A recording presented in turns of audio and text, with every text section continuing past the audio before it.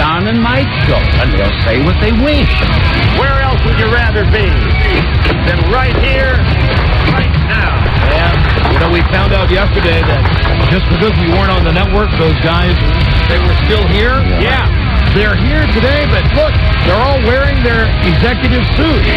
Look at them. I've never seen them dressed that nicely. What's wrong with them? Yesterday, they all just had WJFK T-shirts on. Not follow. A true story. He was a neo-Nazi with one true enemy. Himself. A man of faith. A man of faith. And his soul torn apart. Viewer discretion advised. Beautiful suits, but short pants. Well, it's still warm. It's like you got to move so I can see the temp. 77. There, I see. Rob, you were standing in front of the temperature sign. Surprised you couldn't see around me. Good afternoon, Mr. and Mrs. Fantasy Draft and all the ships at sea. They always fill the booth with entertainment. Yeah! Dr. Automoine! Retard. Hello, and thank you for listening, everybody. From 106.7 WJFK, Don and Mike Show, a new episode on this Wednesday, September 3. Right. From D.C., Maryland, and Virginia, call 877-365-3636 or the super secret number 202-432-1067. And here he is now. Hi, Don and Mike. Buzz Burbank here. I was going to say, he's been right there for...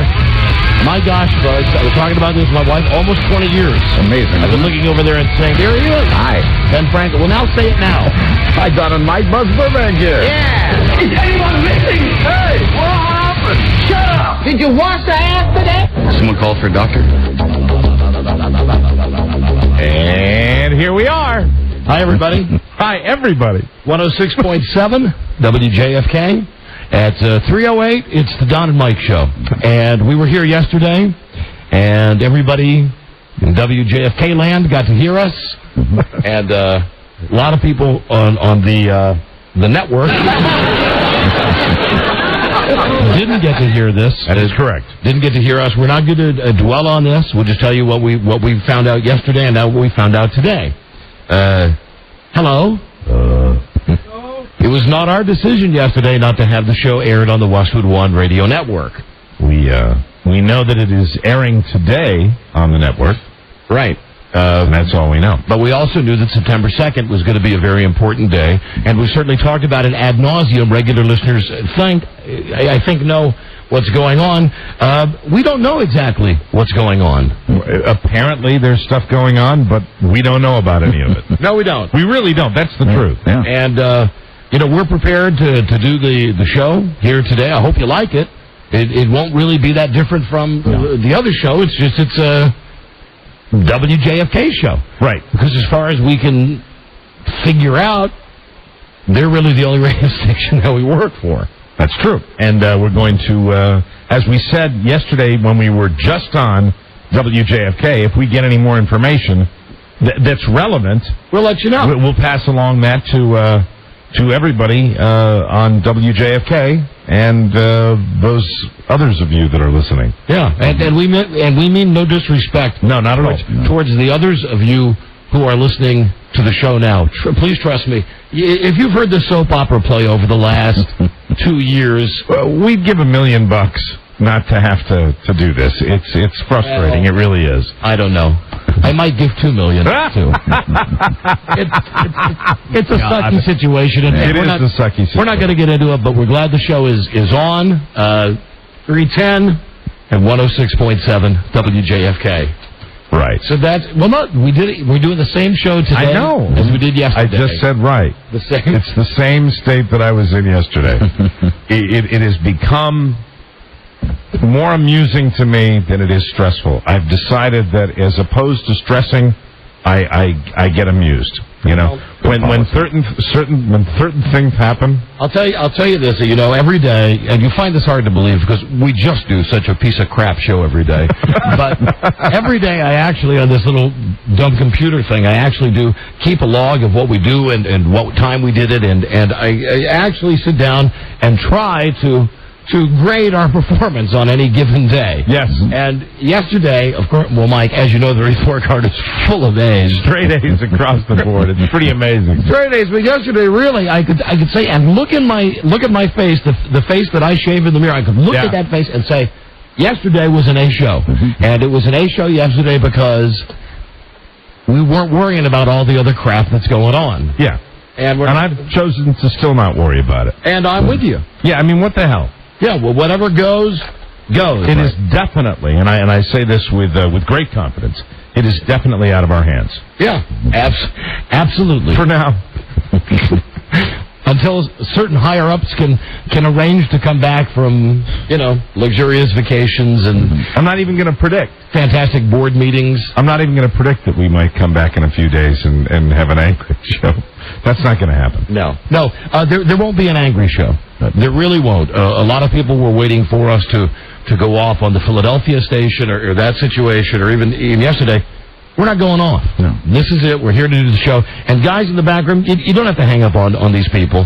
Hey, and we've got more that are calling up. We've got more important things to deal with today. You're goddamn right. We have our fantasy draft today. Yeah. And, man... one day a year I get into this. We have got it covered this year, thanks to CBS Sportsline. Yes. We have an actual draft board here in the studio and stickers with everybody's names on them. And perhaps even more importantly, tomorrow night, for the first time, I think, ever, we've gone to Redskins games before. Yep. We've always done that thing where we mill around with a bunch of people. Right. I don't think we've ever gone, just you and I, as we've gone to a lot of baseball games together. We've never gone to a football game. But we've gone to a hockey game together. But never to a football game. And I'm pumped. And I'm pumped because, it's the opening of the season. And I'm normally, I don't think I logged a game last year. And I'm pumped because... Well, you're going to get a chance to see me just get S-face. Well, I get that every day. But I'm pumped because, not that I don't love having my wife at the games with me, right. But when I bring my wife to the game, generally it's looking at her watch or text messaging someone, or her favorite thing to do during the game is to get out her binoculars and try to spot people in the stands that she knows, friends that she knows. And I think we root the same way, which is kind of fun. Yeah. It's fun. It really is. And I can't even describe how we do it, but I know we do it the exact same way. I know what we'll do. Tomorrow night we get to the stadium. Redskins go up big. We'll be happy as pigs in ass. Totally into it. In fact, I couldn't think of a better team to watch them mop up on. Sure. Redskins get hammered. We'll be happy as a pig in ass. Doesn't matter. It'll be the little guy factor. Either way, it's satisfying. It's satisfying. We're guaranteed to have a good time, and I'm so glad you're coming. Yeah, I'm psyched. And you know what? The fact that your seats are on the cover. Yeah. That doesn't hurt. I'm kind of looking forward to the Mud Bowl, but, who knows? They say it's going to rain. It's not going to rain. They don't know. They have no freaking idea. I heard one of the weather boys on Channel 9. What's the redheaded boy's name? They got a new redhead? Oh. Well, what's his name? His name. Ken Brew? No. No, he's long gone. Oh, he was a sportscaster. Whoever this boy is, and he must be getting some estrogen treatments or something. Is it Howard Hillary? That's right. Is it another she-male?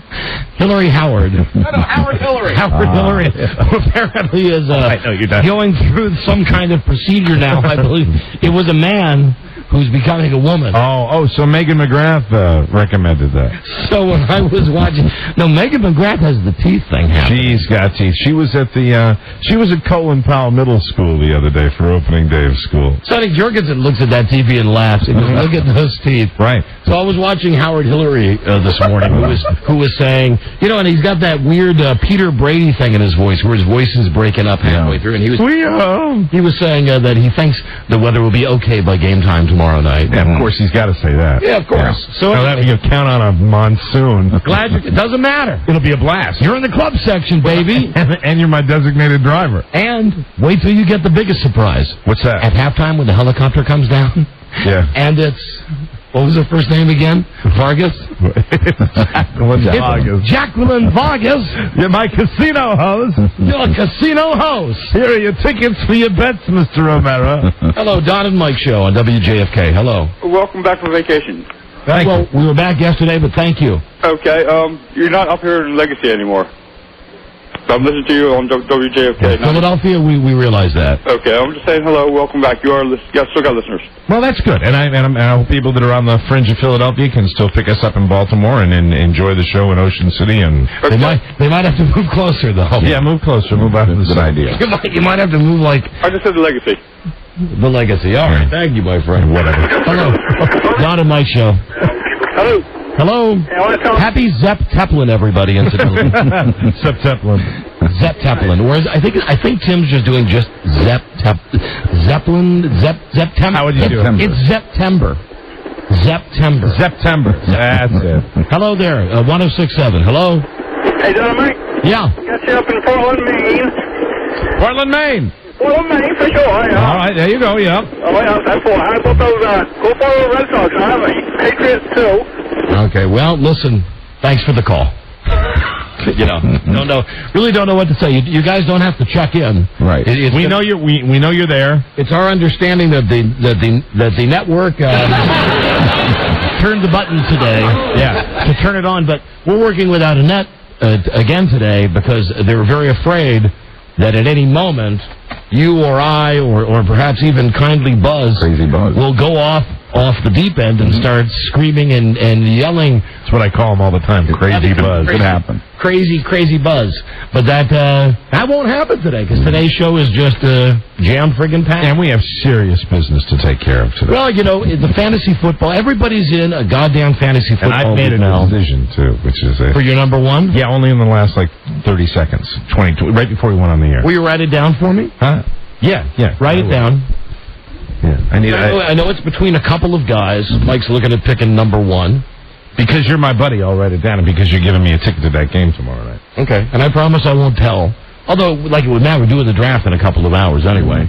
But write it down. Hey, see? I would have taken him. He was number one. I thought number one on my board, too. Yeah, I think so. Number one on my board.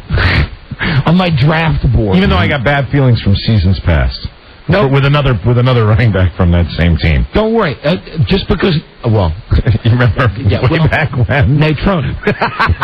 Okay, don't give it away. Most people called him Natrone. Doesn't matter. You called him Natrone. Right. But yeah, most fantasy football leagues started a couple of weeks ago. And imagine if you were in a league and your draft was 3 weeks ago, and you said, I got the number one pick. I'm taking Mike Vick. Yeah, right. Then he breaks his leg and you're screwed. So it's as it turns out, it's a good thing that we waited. One thing I did want to mention that we alluded to yesterday was I told you that story when we were on vacation about the pizza dude that got his head blown off. Mm-hmm. I saw that on CNN last night. They showed it again? They're showing it continuously because here's the update. Is it still the screw up by the cops? Well, here's the update. The Papa John's guy goes into a bank and has a sign saying, give me money, right? Or there's a bomb that's attached to me. That's what I told you yesterday. Right. And I saw on TV when we were on vacation, they had this guy handcuffed, the hands behind his back, and all these police cars around him, and the cops ran scattered to call the bomb squad, and the next thing you know, boom, the guy's head blew clean off. Right. Well, as it turns out, last night on CNN, they said they went to where the guy lives, and his roommate, who was also a pizza guy, two happening guys, his roommate had been brutally murdered.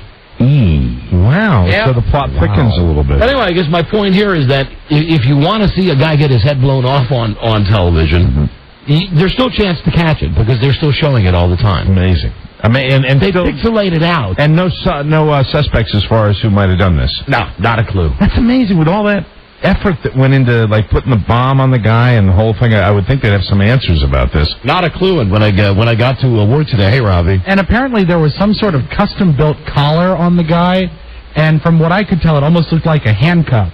It can get tighter but not looser. That is really. And they examined it and they said this was custom built. This is not a manufactured item.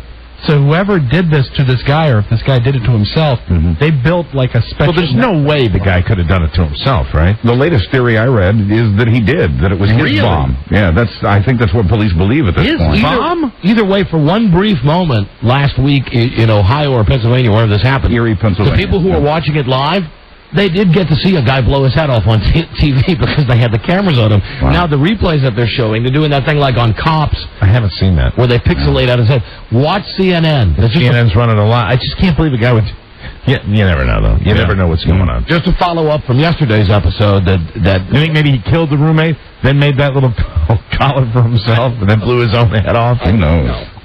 I don't know. Have they been able to determine whether... I'm sorry I'm asking so many questions that you can't answer, but that's what I do. And they determine, like, whether he had, like, a remote control device in his own hand? He had his hands handcuffed behind his back. So they don't know what set off the bomb or how. And then, just as a follow-up on this, when I pulled into work today, the Papa John's guy was in my parking spot.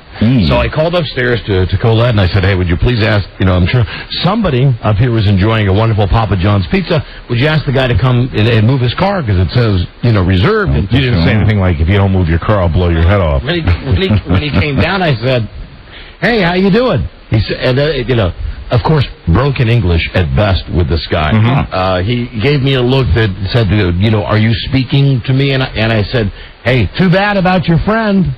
And he went, huh? And I said, like that. Was he aware of it? He said, I said, his head got blown off. And the guy, I don't see how the guy delivers pizzas, because the guy had... No, I think he was saying that I was threatening to blow his head off. He said, you have to be careful. Yeah. I will move the car. You have to be careful with the language barrier. And I said, that's why, move the car. I'm worried about... Reserved parking. I'm worried about you Papa John's guys. Reserved parking or head to blow off, please. And again, I know what happened when we were on vacation, but it caught my eye, and the video is out there, and it's cool. Well, in that, like, car wreck kind of way, right? Yeah. And I've seen it... You probably can't stop looking at it, and you're being honest, because, everybody else is going to stop and stare at it. I've seen it enough times that I've become, what's that... Desensitized, Desensitized to it, that you see... After you see it enough, you go, oh... Hey, and you start calling people in, right. And I'm losing people in my house. And also, if it is pixelated, it's not, it's not what it must have been for the people that saw it live. I would imagine that would be a little bit more. What a great day to be watching TV. Intense. But so now it's just, I used to be able to call the boy in and ask him to see this stuff. So now it's just really, and it doesn't work with her. I go, hey, come here. I got it on TiVo. I got it. What I'm surprised at? It's a guy that got his head blown off. That they're, even when it's pixelated, that they're showing it. Didn't they make that kind of journalistic we're above it rule where they don't, the guy that blew his head off with a shotgun, they wouldn't show it? Here's the thing. You see the guy with the handcuffs behind his back, and then the camera moves away for a second, and you hear... Then the camera goes back, and you just see the body. And he's still sitting up. Oh, really? Then you just see pixelated stuff. They agreed not to show that stuff over and over again, only on non-pizza related crimes. The pizza exemption. Anyway, it's not bad. It's pretty good. It was the best thing that I could find on TV last night. Yeah. And one other complaint I have with Spike TV. Yes. And God bless Spike. Which Spike was it? Spike Lee. Spike Lee sued and then they settled. Went to court. Right. So Spike TV is on, and last night I get home from work and I'm watching Star Trek. The most annoying thing, I'm used to all of the stations having the little thing in the corner. I know where you're going. On Spike TV, if you're one of the 3 people that happens to watch this channel, hi Buzz. Hi. One more, and we actually start a club. Literally every minute. In the right-hand corner, a little cartoon guy comes out with a can of spray paint and writes Spike TV. Yeah, that's enough to turn it off right there. Too much activity. And then runs off the screen. Yeah. Now, what are we seeing on Spike? Anything unique? Any unique programming? No. Same old stuff for men? Wrestling. Oh, God. Star Trek. And apparently every kung fu movie that's ever been released is on Spike TV. So in other words, they didn't think it out. Did you check in yet on Gary the Rat? The Kelsey Grammer show? The animation looks like it was done by me and Mike. Oh, really? It does. It is so bad. So they really just didn't give it a whole bunch of forethought. Why bother? Yeah, why? Why when you can say it's the male network, the first men-only network? Don't you think Playboy could take issue with that? Exactly. Or any of the 590s. I wouldn't say Playboy counts as a male TV channel anymore because it's so soft core. No, Playboy's done a few things that I bet Spike TV would like to do. Well, of like course that they night would. calls. What is it? Night calls 411-911. Let's say you're watching night calls, right? And it's 2 hot chicks that are topless talking about what they'd like to do. Yeah. You go 2 or 3 channels down the dial, and you get actual guys and girls and money shots, and you go a few channels down, and they have It's like called Quick Clips or something like that, where there's another chick that's sitting there talking to guys on the phone, but she's doing a lot more stuff. You know, than they do. It's like when we call those 1-900 numbers sometimes. Well, the show, and there's more than one guy. What's disturbing about it for me is when you'll see the girl who'll do something, and you'll inevitably hear the guy going, "Yeah, I'd like to," and you just know that it's this guy that looks like, "Answer me these questions 3," and he's saying things to her like, "Why don't you take your hand and put it there?" And it's just, it totally kills it. It totally kills it. Yeah. Now, if it's a woman, but even the women that do that, and the women that are on those interactive shows, they sound like big piggies, too. You know, it's like, "I want you to take your hand." Oh.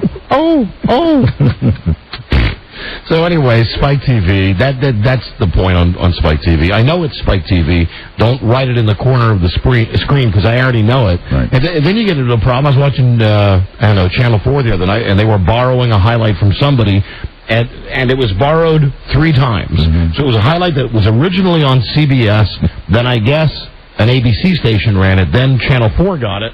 So you had the CBS logo, and on top of that, the ABC logo, and then on top of that, the NBC logo. And then a guy came in and wrote Spike TV over. Yeah. Anyway, that's That guy in the upper right-hand corner going, "You're watching television." Hello, 106.7. Yes, sir. Don, I wanted to see if you would talk to or watch the, on speaking of Spike TV, the Joe Schmo show last night. No, I saw the ads, and it looked too stupid. It appears to be the funniest goddamn thing you've ever seen. This guy thinks everything is going on. Oh, my God. I sat there and laughed. Some of his expressions, he's like a fraternity boy that got thrown out, and he gets on that show. I think that show is like a private IQ quiz. That's the way I looked at it. How dumb are you? Will you watch? An idiot. Oh, I'm an idiot, too, but it's hilarious. Well, I don't mind watching other idiots if the idiots are funny. I didn't, but I haven't seen it, so I can't make past judgment on it. I just saw the ads where they said, if you love Joe Millionaire, you'll like Joe Schmo. And it was just the guy saying, "I'm just Joe Schmo." I just watched the TiVo'd Mad TV, which is all I watch now. There's so little crap on TV. I watch my TiVo'd Oprah with a fat camera, which is the funniest Oprah bit they've ever done. Hello, Don and Mike, 106.7. Hello. Okay. Hello, Don and Mike show. Hey, how you doing? Hey, JFK. Hello, we're doing great.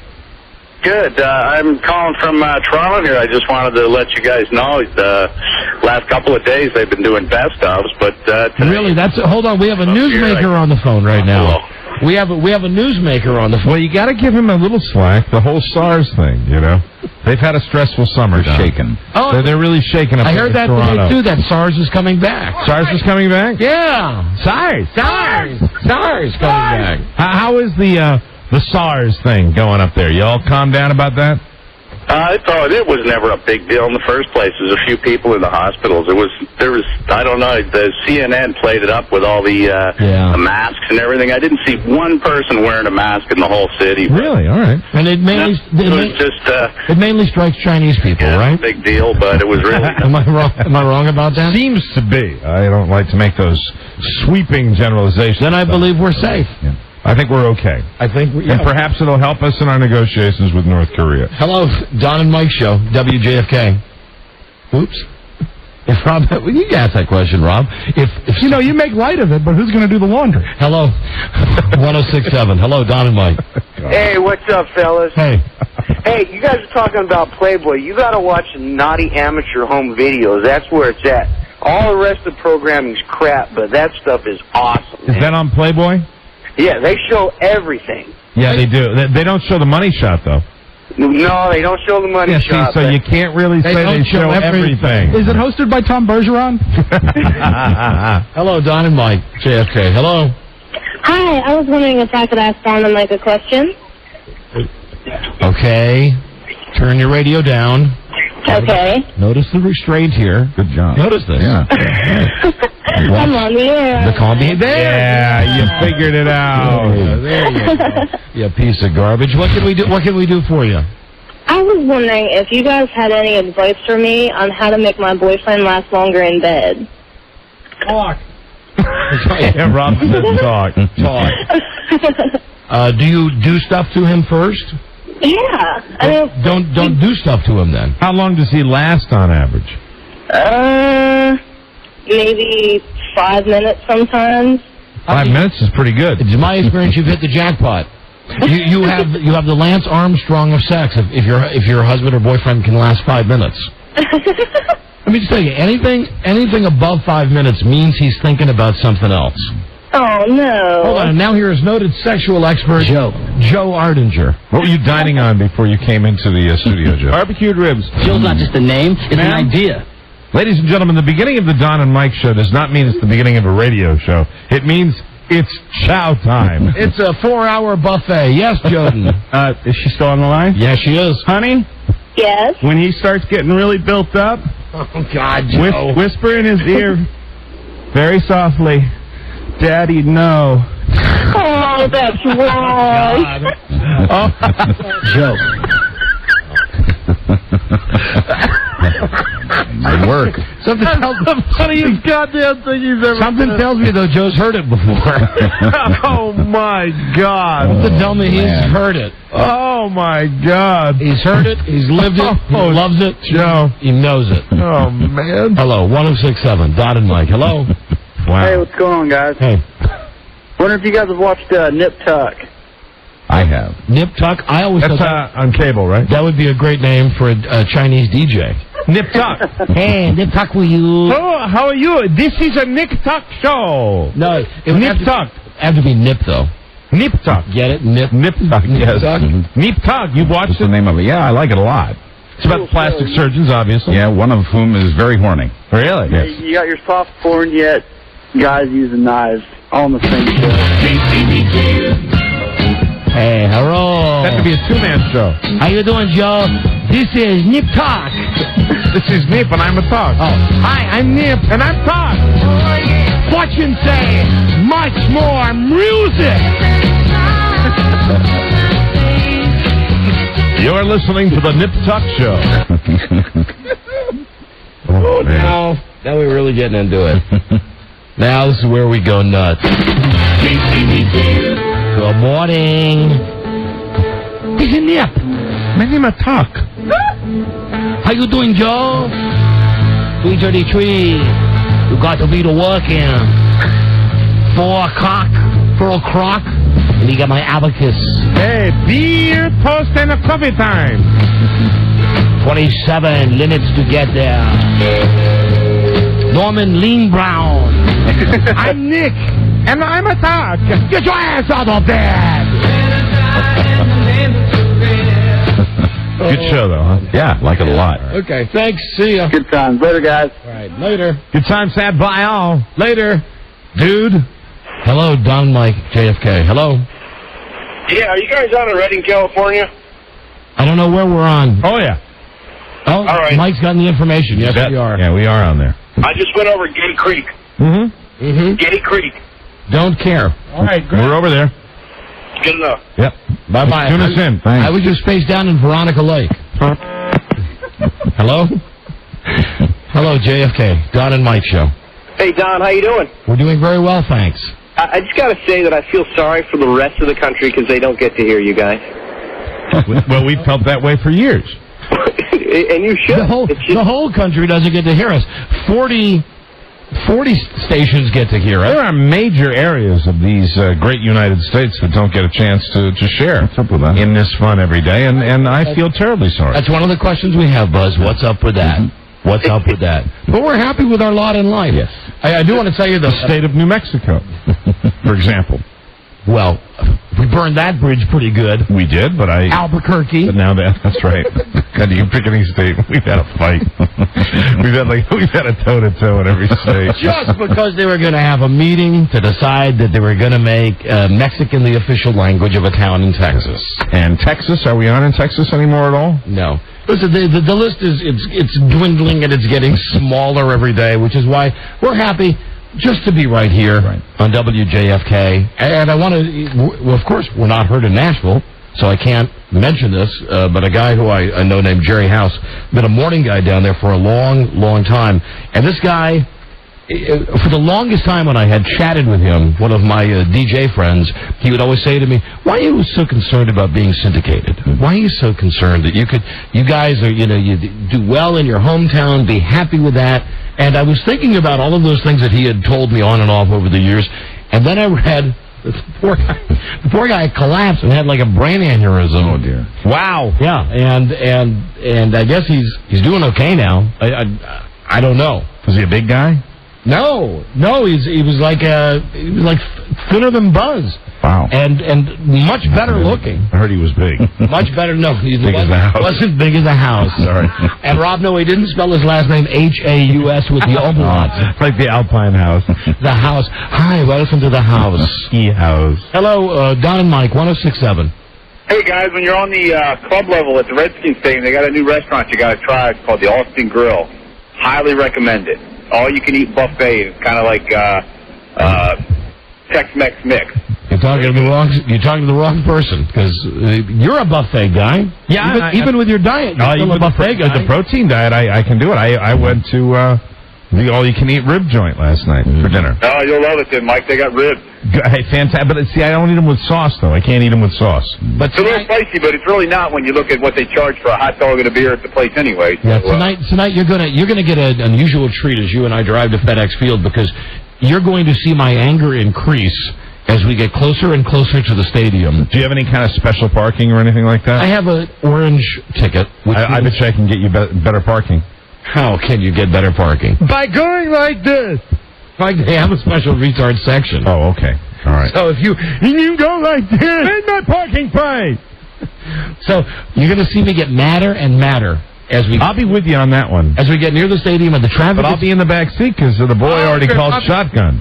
You already called shotgun, Rob? But Rob's your. I know how to get that shotgun seat back. I know exactly how to deal with Rob Spiewak. How? He knows. We were on the same brainwave. Are you going to pay him? You're going to pay him to ride shotgun? No, I will buy him beers.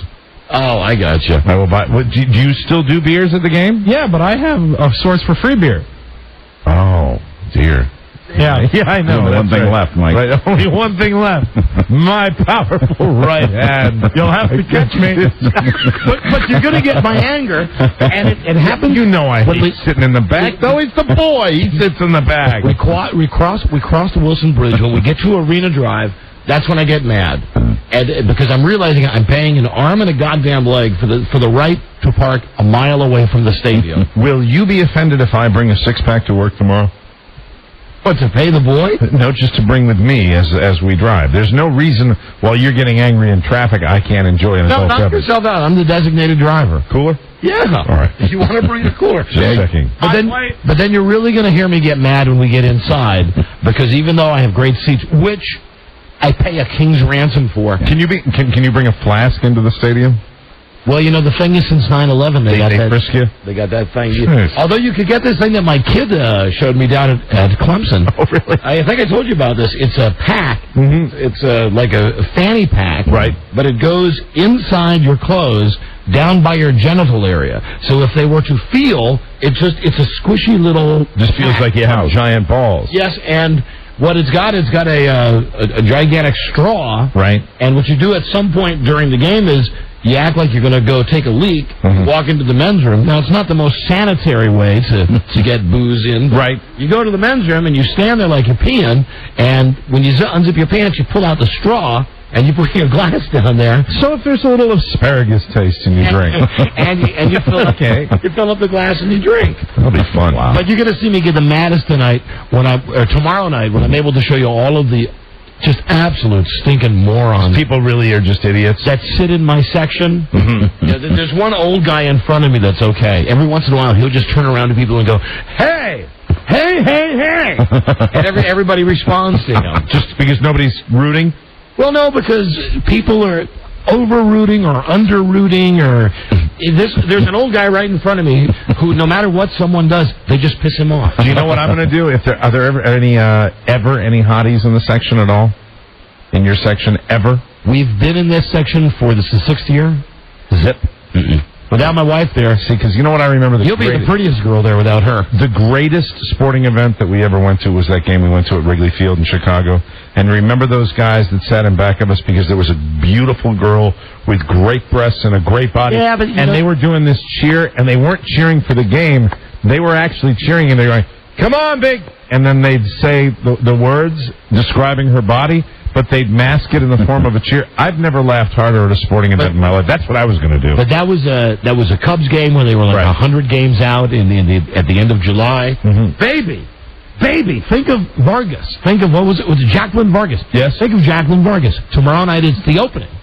It's the opening for the season. So it's going to be all the power brokers and stuff like that? Let's wear our tuxedos. Tuxedos. You know, you were kind enough to give me your tickets for the Patriots preseason game with the Redskins. I wanted to ask you about, behind you and to the left, there's a family. Are they always there? I mean, it looked like the whole... And there's a very big guy behind you to the right. Yes, there is. Did you ever suck the jelly out of a jelly? Now, here's the game to play, though. And I'll be able to hip you to all the games up in this section. Right. One time in the last 6 years, the paramedics actually had to come up there for him and get that guy. Yeah, the guy that's really directly behind him. Because he's big. He had some rotisserie chicken brought up. He did. Really. That's the other big fallacy that you're going to see me get mad about, where they talk about how you can order and they bring the food to you. They don't. Well, no, they do, but it's not instantaneous, and you're still at a stadium. So even though she takes your order, what you then have to do is you pass your credit card down, and every guy that's in line gets a look. Goes, 4217. Hey, tomorrow night your food, your drinks, comps on me. Thank you, Jacqueline. It's the least I can do for you, baby. Jacqueline Vargas O'Mara. Perhaps I'll lay some down on the game for tomorrow. And I believe my wife, in her infinite stupidity, is going down to that ridiculous mock concert tomorrow night on the Mall. I said, why would you want to go? She said, well, because a friend of mine has a car and we're going to go down. I said, isn't she a big Good Charlotte fan? I said, you don't like Britney Spears. You don't really like Aerosmith. You don't like Mary J. Blige. You don't really like Aretha Franklin.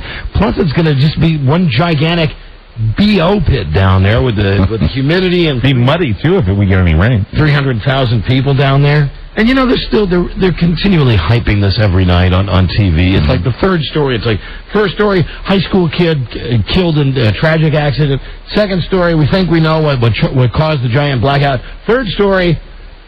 Washington's putting on its best face for the NFL experience. Hi there. Have you ever thought about throwing a football, catching a football, punting a football? Yeah, no need to go out in your own backyard and try it when you can do it and stand in line and wait to do it. The thing that makes me laugh is it's all the same crap as when MCI Center opened, but they're saying this is a source of pride for Washington. Yes. And the schmucks on TV, who I guess somehow got wrangled into this, their whole angle is, now, we got to get this place full, and don't forget, you are representing Washington, and you're telling the NFL that we deserve a Super Bowl. No, you tell the NFL you deserve a Super Bowl if your team wins. Well, I don't know. At some point we'll have to tape it over the next couple of days, so I can just play you the tapes of this absolutely prearranged hysteria. Well, it's the same thing that they do at the Super Bowl every year. Right. Identical. No change, no innovation. Why should they? The NFL is hot. There is no need to do anything innovative. And really, if I see, and I know that I'm on the side of Coca-Cola here, no offense to Pepsi, but if I see one more report on TV telling me what a great time it is and how I'm not being a good citizen by not going down and spending money to show the NFL that I want the Super Bowl to come here, if I have to see one more shot of, and this is brought to you by the NFL's partner, Pepsi, and new vanilla Pepsi. Also brought to you by, there's like 8,000 different sponsors. It's big, super deluxe money. It's a horathon. We're controlled. And I mean W-H-O-R-E, a horathon. And I hope it rains like holy hell tomorrow night. No offense to you idiots that are going down to that thing, but you deserve it. You're dumb enough to go down there and think you're going to get a real concert. It's a TV show. It's a TV show. You're not going to... Live on tape from the mall. You're not going to be able to see... What's Britney Spears going to do? She's not going to... Now, I go if she makes out with Aretha Franklin. She looks... The only redeeming thing is that she does look better. She gets better and better. Yeah. And you'll be close enough to see her if you're one of the 350,000 people that crams down there? If I call Jacqueline Vargas, I'll be in the front row. And Buzz has now here the weather, more rain through tomorrow and through Friday night. 50 to 60% chance, they're saying, tomorrow night. So rain the whole time. Yeah, that'll be nasty, though. But we are sending Lisa, just so you know, because we want to have a presence there. Maybe Lisa will mud wrestle with Brittany. We're going to send Lisa Herndon and, Lisa Broyhill. Yes. Lisa Herndon Broyhill, LHB. And she's going to have a bullhorn. Mm-hmm. And we're going to instruct her to yell things at the people. Very good. You know, just harmless stuff like, fun. Pepsi Vanilla made me sterile. harmless totally stuff. Innocent. Yeah. You know, Paul Tagliabue touched me. There you go. Just to get a laugh. Just because nobody questions anything anymore, right? Okay, we got a break now. If you remember yesterday, we were so dangerously close to finally ending the secret sound contest that we just gave out the answer on the air. Yes. We gave out the answer. I've forgotten it already. We want to be done with this contest. We want to move on to the next thing, which will be, incidentally, in keeping in the great tradition of this show, the next thing will be something we've already done before as well. Very good. But it'll be something everybody likes, like the cash call or something. It'll be something that people have enjoyed previously. But now, here you go. Please, mercifully end this contest. Be the 100th caller at 877-365-3636. It's 347 Don and Mike on WJFK. The first time, and it's not good. What the? I almost said the F word. Don't say that word. You know, this happened yesterday as well. I know. Happened yesterday. Let me just get it. We're not even in traffic yet, and you're getting mad. Get it out and one of these. All right. Okay. See how she works now. On 106.7, we'll be right back. It's broken. You know what? It's locked up. Oh, I think you broke it by tapping it on the microphone. It was broken before I tapped it. I know. Hello. Hello. I don't think so. Just give me the other one that doesn't have the... Hey, what happened? On the end of it. You know, this was just us trying to be nice anyway. Yeah. Listen, for all you board ops out there on the stations that are still running this essentially local show, the new out cue is going to be when they sing WJFK. All right. Okay? And we tried to fancy it up so they went WJFK. But what happened to that, Rob? You know what? If I can find a razor blade, I think the tension is wrong on the card. A razor blade. And incidentally, our technology in this studio dates back to the early days of the Andy Griffith Show.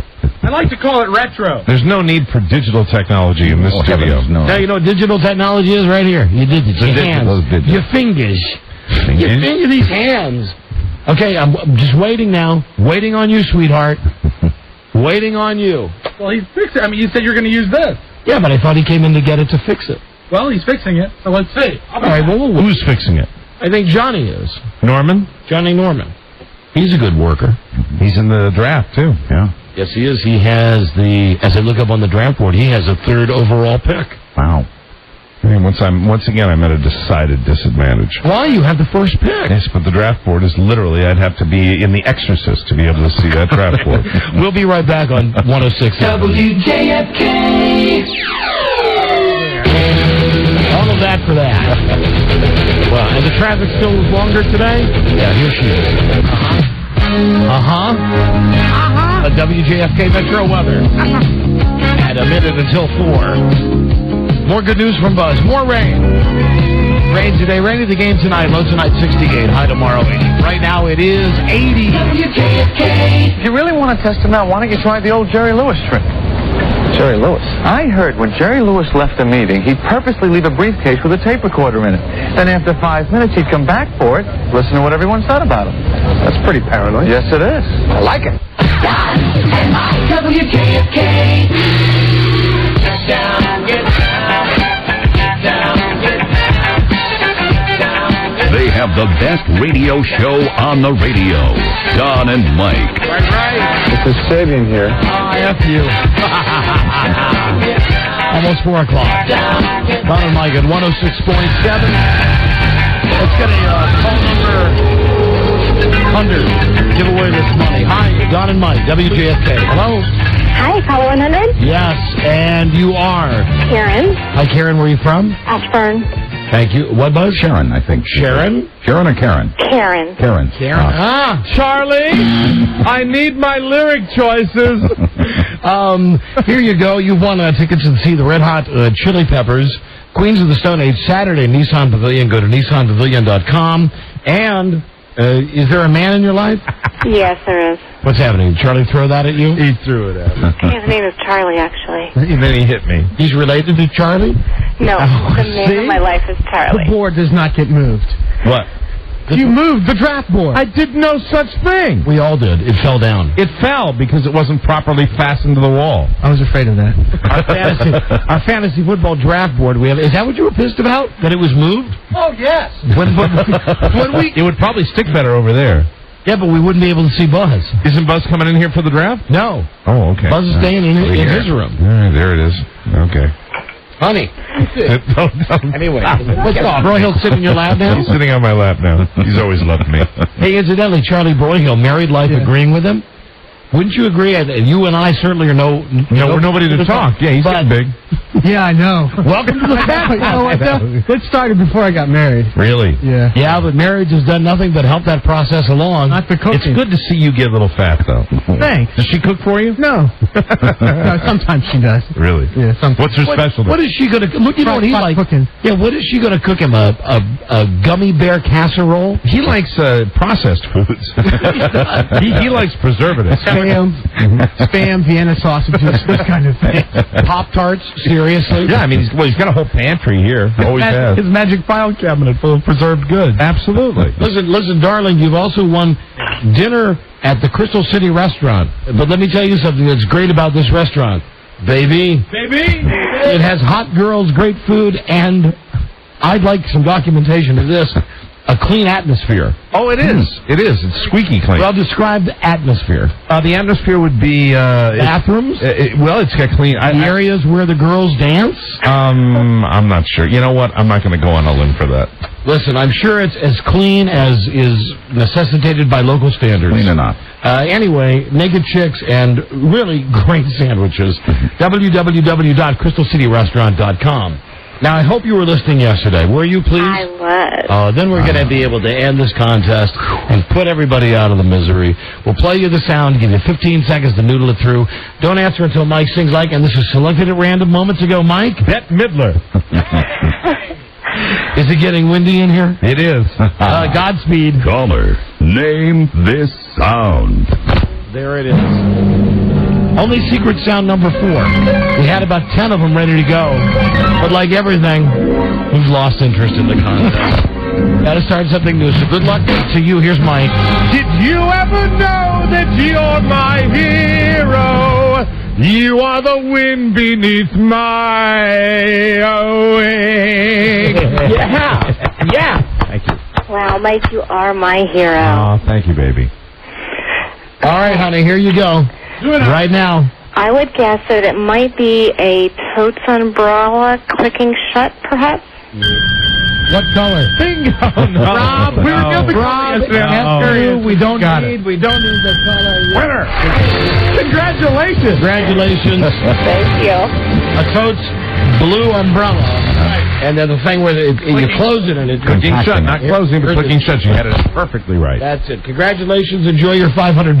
Thank you. Thanks for listening. Oh, and what station are you listening to us on? That would be the Washington-based WJFK. No need to say the Washington-based. Just from now on, just say. That was just yesterday. Just say Just say WJFK. WJFK. In fact, the question of whether we would even ask her what station she's listening on would be irrelevant right now. We just say thanks for listening to WJFK. Right. Thanks. Hold on. Thank you. But you know me. I like doing that. What's your favorite radio station? I understand. I'm still a fan of that. Of course, Bruce. What's your? If we call and ask you, you know, I once worked at a station where they did that, where they would give away like all kinds of money, but they never made the calls live. Right? The calls were always taped. You know, if we call and ask the name of your favorite radio station, say WLS and win. Right. Well, one day I had the greatest fun. Bill Price was the guy that did it, and he was a guy who had a real happy, friendly, hi, it's Bill Price. Bill Price, here we go. What's your favorite radio station? And the stuff that never made it on the air, like when the people would go, WMAQ? Right. And he'd go, no, I'm sorry, I'm calling from WLS. well, that station stinks. One year at a Christmas party, they played all of these outtakes that apparently to get the winner, and that's the magic of radio. Through, right. They made it sound like every person they called magically just said WLS and they won the money. Right. When in fact, it was like one winner for every 100 calls. Wow. Because they didn't do it with send us a card. Right. They really just sat this guy down in a room with a microphone and said, here's the phone book. Totally at random. Start calling. Wow. Sure. We should try that. We've done that before, where we've called the phone book just at random, and it's fun to go through just the people that I don't listen to the radio. Yeah, but now the whole thing with getting their permission. Oh, that's right. I completely forgot about that. That F's it up. We didn't get to this yesterday. I see all of the telephones ringing. Keep ringing. That was a Jerry mode. I was just saying, I see all of the phones ringing. Right. It's a good sign. Keep ringing. I'm not sure if we're going to answer Jerry them. would say ringing. Ringing. Because I don't know if we have answers to what people are calling with questions about today. I guess. Somebody wants... I don't know. Hello? Don and Mike, WJFK. Hello? Hello? Linda? Hello! Oh, that's Charles Bronson checking in. Hello, 106.7. Yeah, can I speak with Don and Mike? Okay, you only get one shot at this. Like Eminem sings, it's you. You're on. Robert, you knocking back a little tuna back there? I'm not up to it. I just smelled tuna. I thought it was tuna fish. Guy did not get it. Okay, so Jerry. Means my cold is gone. We're gonna move past the phone calls. Mm-hmm. We're gonna move to Jerry. This telethon this year, and if you read the post today, Tom Shales, who normally has a fantastic cynical side to him, yes, wrote a very, very humbling tribute to Jerry. Wow. Mm-hmm. And I say BS. We've disagreed with Mr. Shales in the past. When it comes to Kathy Lee Gifford and cheesy television. We like the mean side of Tom Shales, not the loving side of him. But this thing today, I don't know, Rob, you got a copy of the post around? Did you read that thing today? Oh, yeah. First off, as I mentioned yesterday, yeah, I got it. The appearance of Jerry. The thing that I noticed about it is when he said in the first thing, only the coldest hearts could resist Jerry. Here we all are. Hi, it's the Don and Mike show. So the thing is, and this picture doesn't really even do him justice, but as I was mentioning, the top part of his head looks like Burt Reynolds as he is now with the bad hair and the Mako commercials. And then from the eyes down, he's Jiminy Glick. Yeah, absolutely. He is just Jiminy Glick. Amazing. And I'll give Tom Shales his due here that, Jerry, look at this picture of him. I didn't see Look at the picture, how out of it he is. Yeah, where somebody's walking up, he's like, what? I'll give Jerry his due that, all right, he's on these meds that are making him look real weird. But the point is that this year's MDA Telethon, more than any year in recent history, was really all about Jerry and haven't they really always been about Jerry? But it's over the top this year. Right, but what I'm saying is the reason, as I defend us all as having the coldest hearts, only the coldest hearts. I was thinking about that, and but he's right. Having a cold heart has gotten us this far in life. The thing is, though, it is not about, I've never believed in my heart of hearts that it's about the kids. I believed it's about Jerry's career. I'm sorry, and call me a cynic, but that's the way I feel about it. Cold-hearted cynic. Now, I'm even going to play you this tape of, and they mentioned the kid's name here, a kid from Baltimore named Maddie. Mm-hmm. Maddie's accomplished quite a bit, too. He has all the stuff that he suffers from, but he's written 5 books, and his Dauntless Smile was inescapably inspiring. Yes, that's true, but when I play you the tape of this guy having his first scripted conversation with Jerry, please note that the kid says nothing like, the money you've raised is really helping, I'm getting better, my friends are getting better, we've got a greater awareness now of muscular dystrophy. Everything the kid said is, Jerry, you're my hero. Okay. Wow. Jerry, you're the man. Jerry. So much Jerry. It's the Jerry Fest. Let's start. I know it just happened over the weekend, and we should have done it yesterday, but we just didn't have time. Here's Ed.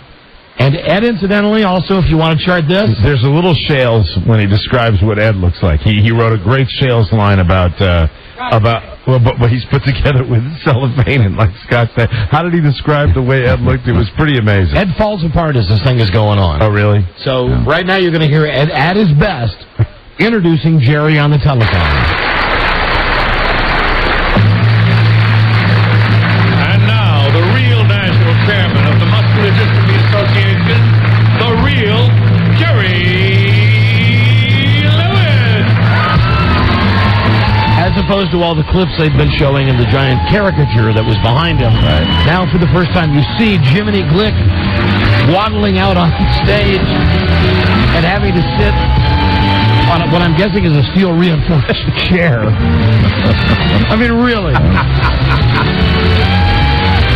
There he is. And now Jerry's opening remarks. He's very shaky here. Does he say anything whacked out at the beginning? Well, you be the judge. Okay. He's very shaky. By that I mean he's physically shaking. They didn't give him one of those lavalier microphones that you would just clip to a jacket lapel. Right. It's a lot of breathing, obviously. He's having a little trouble. I mean, the whole reason he's as big as he is because the medication to make him breathe. Right. They gave him a microphone that he had to hold. Okay. And that was bad. Hello, Tom. Don and Mike, 106.7. Tom. Dude, isn't it kind of depressing that every time he sings You'll Never Walk Alone, he's promising all these poor kids that they'll never be able to walk alone? Let me noodle that one through, Tom. No. Tom, that's a little too deep. I really don't think that's the intent of that. That's a little song, too deep. sir. Here's Jerry's opening remarks. So right now you're getting the very best Jerry Lewis there possibly is. Okay. He's fresh. He's relaxed. Okay. He's ready to attack the day. Mm-hmm. Thank you.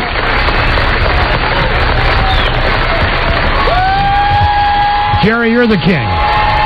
See, this is what it is. Let's hear it for Jerry. It's Jerry. Why he's there. He's only been on for 4 minutes. Let's hear it for Jerry. Thank you very, very much, ladies and gentlemen. Thank you. Meanwhile, some guys out there doing the thing, come on, keep applauding. Who's in the crowd? Didn't it sound like there was the lull and then they started up again? Yeah. Thank you. Meanwhile, really, to be honest, half the people are looking at him like, the Elephant Man. Yeah. I mean, looking at him going, I turned on to primetime Glick. Right. The crowd they bust into Television City. They could not. Is that where they do it, Rob? They do it at TV City? They used to do it in Vegas. In the past couple of years, they've done it at TV City. It looked like one of the studios we were in when we were out there for the Television City in Hollywood. I'm going to have to shave again. Thank you so very much for that lovely welcome, and good evening, and welcome to everyone out there. Welcome in your homes to Telethon 2003, an endeavor this year that is no less than it's been for the last 52 years for me. It's an endeavor where we try our very, very best to keep your attention and to keep you focused on the fact that we have people in trouble, and we're here to try to repair that. We do it in a variety of ways. We try desperately to give you entertainment. There's desperately. That's the first use of desperately, right? And you're also going to hear marvelous a lot. The information. Desperately and marvelous are two of the main words. Desperately marvelous. Me. This insidious disease and all the neuromuscular diseases go away. For the children in the country that watch right now, for those of you that are healthy and you're fine, we want you to stay that way. We need to get... Okay, so right there, you might hear that. Well, that's the same Jerry that we... Yeah, and that's fine, and we've never argued with that at all. Now, here he is. He's going to introduce... You think you're coming on the air at was it 9 o'clock, Rob? 10 o'clock. 10 o'clock. You got your largest audience next to the sign-off. You want to come out with the act that's going to... Boom! Who are we opening with this year? Tap dancers. Okay, ladies and gentlemen, it gives me great pleasure to introduce to you, right here and now, 3 generations of hoofers. Here they come, and watch them. They're dynamic. Hit it! Arthur, go!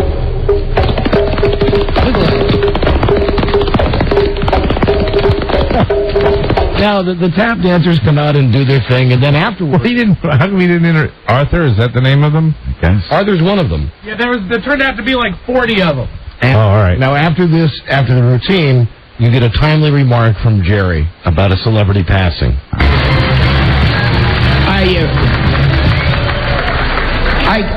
I think that's a pretty good way to start the show, don't you?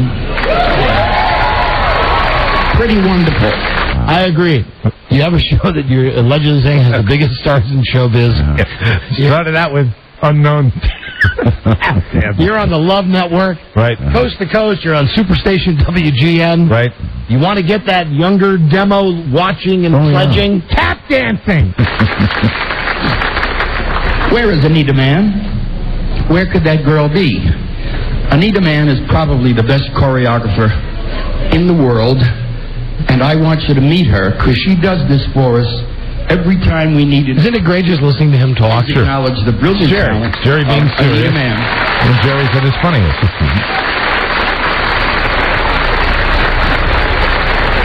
Yes, she's great, Jerry.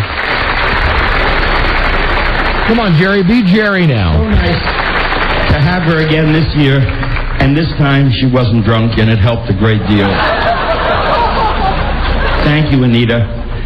The tribute that those wonderful young dancers and the older dancers made to Gregory Hines was a tribute that he certainly deserved, and we lost an incredibly wonderful friend this last week when Gregory passed on, and we'll remember him every year that we do this because he was always there for us. Now, I would like very much... Do you ever remember seeing Gregory Hines on his... I don't. Maybe he was. You know, and here we go again. Being the ultimate cynics, we have to... I wish somebody would check the record and see how many times he was on the show. Here's Ed, and Ed held together with the Scotch tape. for whatever reason, when Ed comes on, they play the Marine hymn. Well, because Ed's a Marine pilot. Yeah, okay, but still, I know. he's Ed. He's Ed. He's Ed. Marine fighter pilot. This is just Jerry. This timeless banter with Ed and Jerry. And a gentleman I could hardly do this with anymore. Though I asked him 33 years ago, would you do me a favor for an hour? And he's been here since. 33 years of joy and 33 years of support and friendship. Waiting for it to be his show. It's called the career move. Hear about. But he's there for me all year, every year. You got nothing to do. These last 33 years, and I'm deeply grateful and honored to present him once again. My right arm, Ed McMahon, ladies and gentlemen. And they claim that, you know, from the halls of Montezuma, a war hero, Ed McMahon. Yes. Modern day John Wayne, Ed McMahon. Thank you very much. Thank you, Jerry. Looking just as frail can be. Yeah. Ed, I mean, not Jerry. Very nice, thank you. I was watching you on one of the television monitors backstage. Yes. And I just realized this year there's so much more of you to love. That's because Ed can't say you look like Jiminy Glick. Right. Yeah, right. Yeah, I just realized you're horrific. No, you can't. You got to. There's more of you to love, Jerry. A little tacky. More of you to love. I just realized you're making the children cry. I'm going to miss him. I hate to correct you right at the start of the show, but numbers are very important to me. Yes. This is my 36th year with you, not my 33. No, hold it. There were 3 years we never could make contact with you. Remember? You were loaded every night? I was in Alaska, right? Anyway, I'm back again, and you're stuck with me. All right, I love you, Ed. I'll go to my position. Okay, and let's get some work done. That is when it bends over.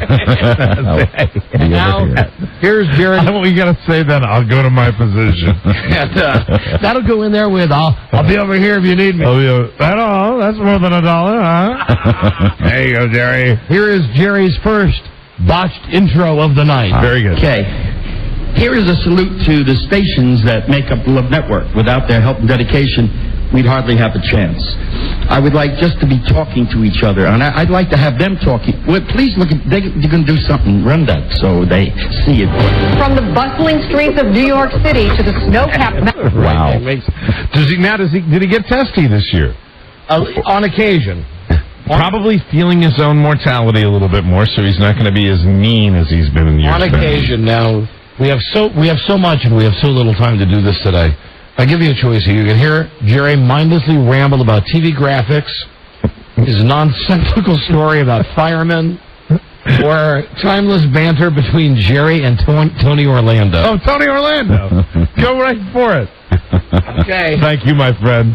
You know, Tony Orlando's no slouch in the face department. His face looks like a kite. And he's also, he's showbiz guy. Oh, he anchors WOR New York. Oh, okay. Baby. Okay. We go to New York, ladies and gentlemen. We go to New York for this wonderful talent and a friend of MDA for a long, long time.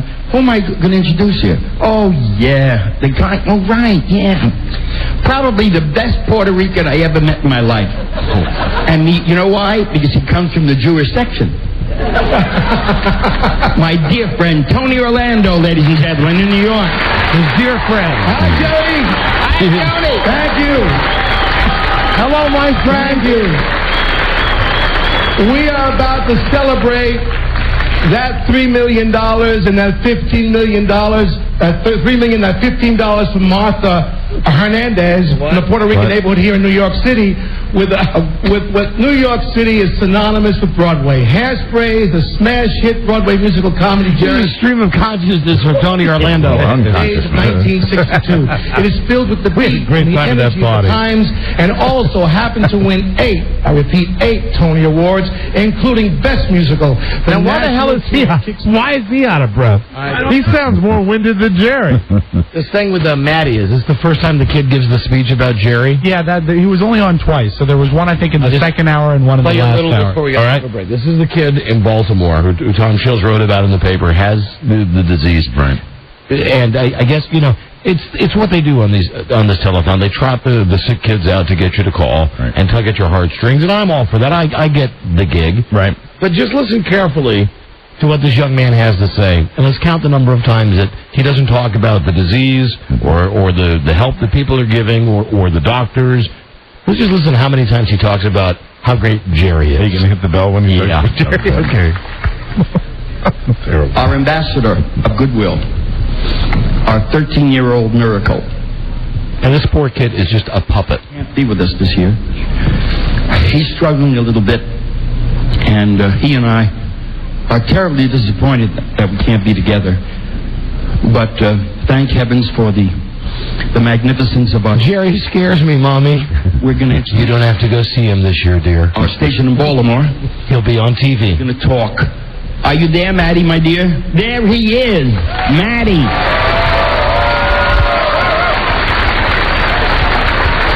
No, he's a cute-looking, brave kid. Right, very brave kid. And you expect that you're going to get the usual, please send your dollars to help MDA. That's what we need. I hope you heard that nice reception, Maddie. Thank you very much. Hi, Jerry. How are you? I'm doing good. How are you, my friend? I'm having a little bit of struggles medically, but I'm glad to be here with you. Well, at least between the two of us, we're keeping Blue Cross busy. Yes, definitely. I sure miss you, Maddie. I miss you a lot, too. But I'm very glad that I can at least talk to you over the satellite. I mean, thank you for doing this so much. And I understand that I'm not the only one having medical struggles. And I know that you have also been having a lot of trouble lately. But you are truly a hero because you still brought us together today on Labor Day to tell us we love you. Keep helping us win our fight. I will, Maddie. I promise you I will.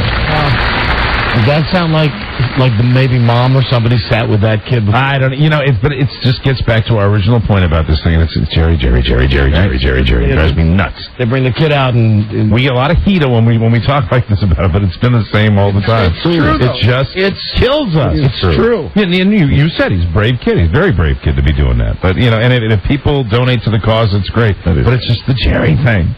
It's Jerry. How about the spectacularly unfunny John Ritter? Yes, please. I want to share with you 8 simple rules for getting the most out of watching the Jerry Lewis MDA Telethon. Too busy to be there. Is this John Ritter? Yeah, but he was John nice. Ritter doesn't sound like John Ritter. He was nice enough to tape something for Jerry. Everybody sounds. Hi, this is John. Jacqueline Vargas. Rule number 1. Drink plenty of fluids. It's a long show. You've got to keep hydrated. Rule number 2. Do some simple stretches before the show starts. For example, spell love. L-O-V-E.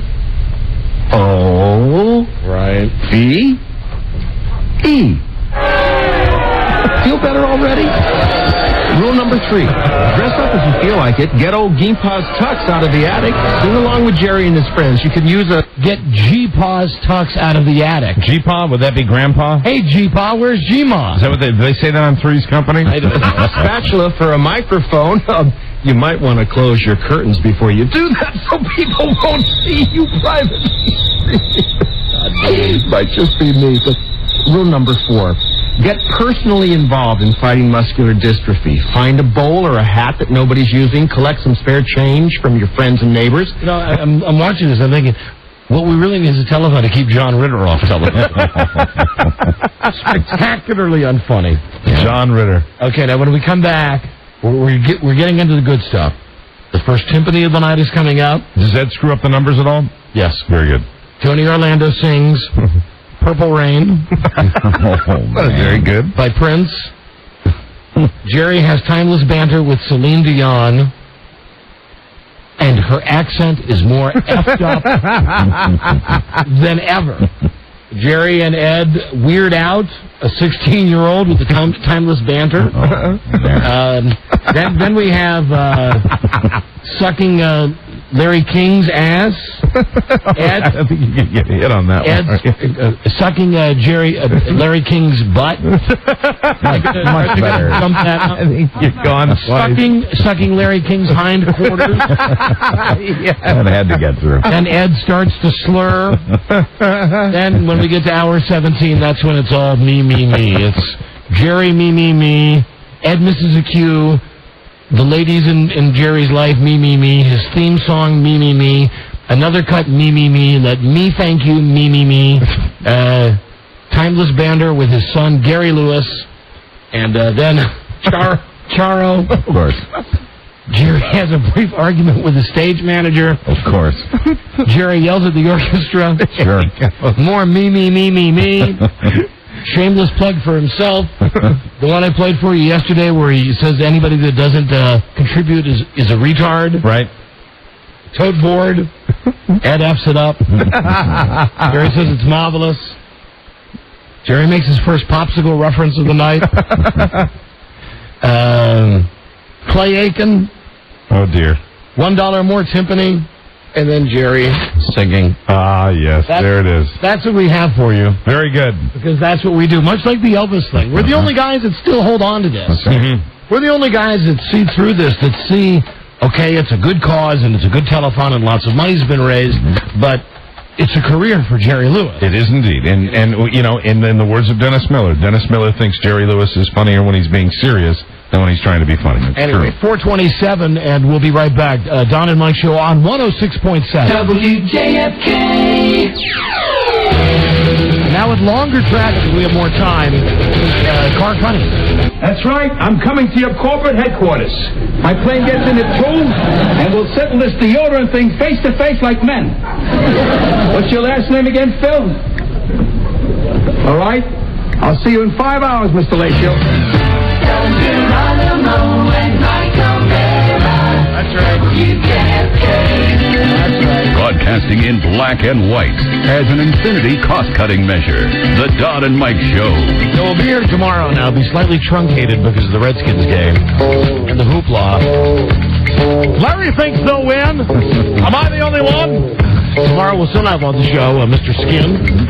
Also joining us live in studio, hey, parent of the year, Paula Poundstone. Very good. Live from the stadium, we'll have Sonny Jurgensen and Lisa. Well, this is for Sonny. And Lisa will be down live at the Idiot Fest. Very good. Downtown. With all the people in the giant mud trough. We're waiting for the concert thing. Right. We played a tape there a second ago from King of Queens. I don't know if it was last week's Inquirer or the one that's out now. And I wish I had thought to bring it in. You know, Big Frida gets those things at the beach. Right. And she says that she gets them just for us, even though we only go to Ocean City, you know, on our vacations, like in July and then again at Labor Day.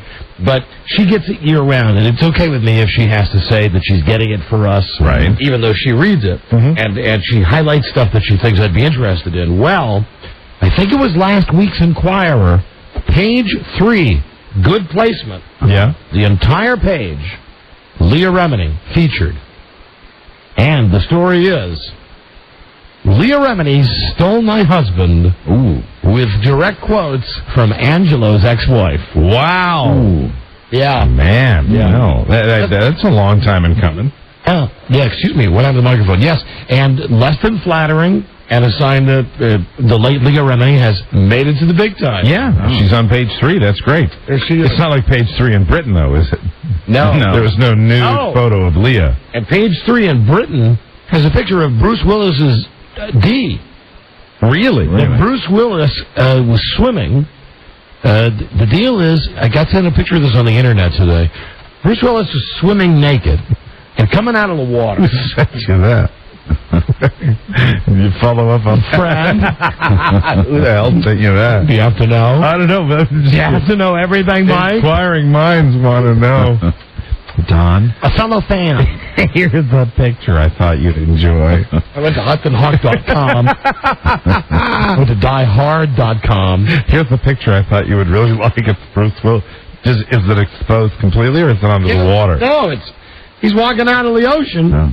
And first off, you should know better than to walk out of the ocean naked because, you're twigging berries. Shrivel up. Yeah, right. Yeah. George Costanza said you have shrinkage. Right. So they're taking pictures of him, and whoever the girl is that he's with now, some European model, put a towel over his head, his big head, right, the one on his shoulder. Meanwhile, his little shriveled up. Was it small? Hard to tell. Pardon me? Hard to tell. Really? From the file that I was sent, it was hard to tell. Well, it probably wasn't that big then. I mean, I would think that if it was big, you'd be able to tell. Well, you backed me into a corner. How? Because now if I say it was big, you'll call me a faggot. I will not. And if I say it was... I will not. I would like... It appears... If you could possibly give an assessment of how many inches you think it was. Oh, God, I don't know. 36? You're becoming decidedly uncomfortable with this discussion. Yeah. Anyway, you can see Bruce Willis naked, if you want. Don, thought you might enjoy this photo. A friend. Yeah, okay, let's drop the charade, okay? A friend? I sent it to him. Yeah. Right. Yeah. Hey. I sent him all the mail nudes, all the ones that I get from my pals. It's 4:41 on JFK. I don't want to talk to... Well, we have someone who has a lot to say on the topic of Jerry Lewis and the whole telethon. Okay. Hello, Don and Mike on WJFK. Hello, guys. Well, hello. Hi, Tom. Hey, Mike. Hey, Don. Hey, Buzz. Hey, Tommy. Hello, Tom. Tom, how do you feel about Jerry Lewis? I saw he was sick. They shoot him up with cortisone. Hey, very good. That's right, Tom. Yes, now, Tom, you don't have muscular dystrophy. No, I do not. Tom, how do you spell fat? F-A-T. Very good. How do you spell Jerry? J-E-R-R-Y. That's great. How do you spell obese? O-B. O-B. How do you spell Ed McMahon? Take it word by word. Ed. A-N-D. Mick, like McDonald's. M-C. Very good. Man. M-A-N. And how do you spell telethon? Telethon. T-H-O-N-E-T-H-O-N-E-R. Right. Phone phoner. You have one, Robbie, or you just... Yeah, I was going to ask if he could spell telephone, because, he wants the pledges on the telephone. Right. Tom? Yes? Telephone, Tom. Spell telephone. T-H-O-N-E. Phone. Right. Now listen, Tom. Yeah. Tomorrow night, big game. Big game. At FedEx. Mike's... At FedEx Field, it's the Redskins against the New York Jets. Yeah, now Mike's coming with me to sit in my seats. Are you going to be working at the stadium tomorrow night? Hell no. Why?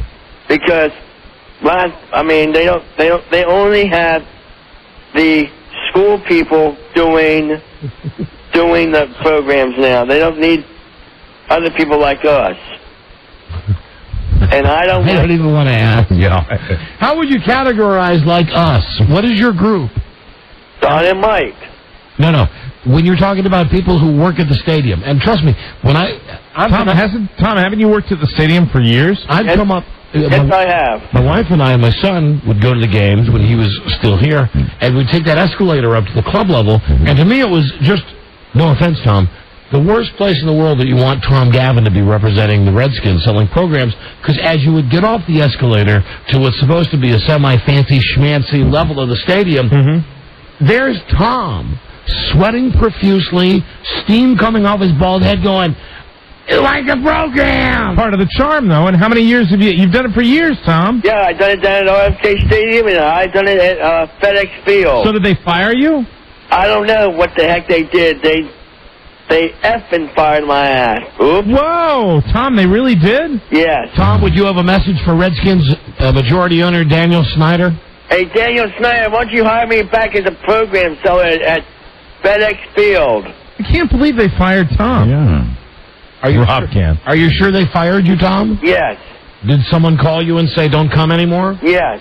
Who called you? Did Dan Snyder call you? No. The guy with the programs. What did he say to you? He said, we don't need you. We don't want you back.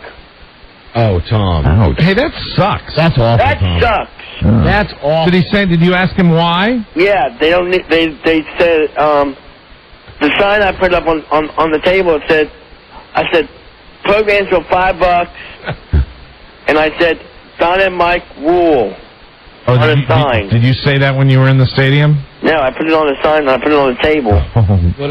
God bless you, Tom. Well, I hate to think we had anything to do with that, but I want to tell you, Do you think there's any way that they wouldn't. No. But however, I'll tell you, Tom, that both Mike and I are very close friends with Daniel Snyder. Yeah. And we're going to mention it to him tomorrow night. Yeah. At one point during the second, maybe third quarter, what we're going to do is go up to the owner's box. He's going to slip into the pocket of our pants. Either my slacks or Mike's, depending on who's got the most keys and change. Right. And we're going to carry him out of there, and then we're going to have a little, man-to-hand conversation. Hey, basic little persuasion session. Because what we're going to do is, he's small enough for us to hold him in our hand. And then at one point, if he's being difficult, we'll threaten to step on him like a roach. Yeah. For you, Tom Gavin. Yes. Are you still rooting for the Redskins? Yes, I am. Okay, good. And do you know how many years you've done this, Tom? I've done it 26 years at RFK, and I've done it like 30 years at FedEx Field. A total of 56 years. 30 years at FedEx has been open. 26 at no, Don. It was 26 at RFK. 30 years at FedEx. And Tom, how old are you? I'm 42. That's right. He was there when they opened FedEx Field in 1973. Yeah, he was FedEx is 7 years old. Right. Hired by George Preston Marshall. And I worked down there and opened the damn FedEx Field with what's his name? Right. The old owner. Jack Kent Cook. Yes, I have. Yeah, now there's an owner who hired tards. Yes. Here's an owner who saw... Tom agrees. He saw the value. Now you've been fired. I say you guys fire my... Can I say it? Go ahead. Ass on the game day programs at FedEx Field, and I'm getting sick and tired of them jackasses telling me what to do. I'm coming down there tomorrow night and get my job back. Good for you. All right, Tom, we're behind you. Hey, Tom? Yeah? Make sure if you see us, act like you don't know us. How much was a program? How much did they cost? I think $5. Okay, and let's say I wanted to buy 4 of them. You. 4? How much would that be? $25. I would have held them on. Let's say I wanted to buy 3. How much?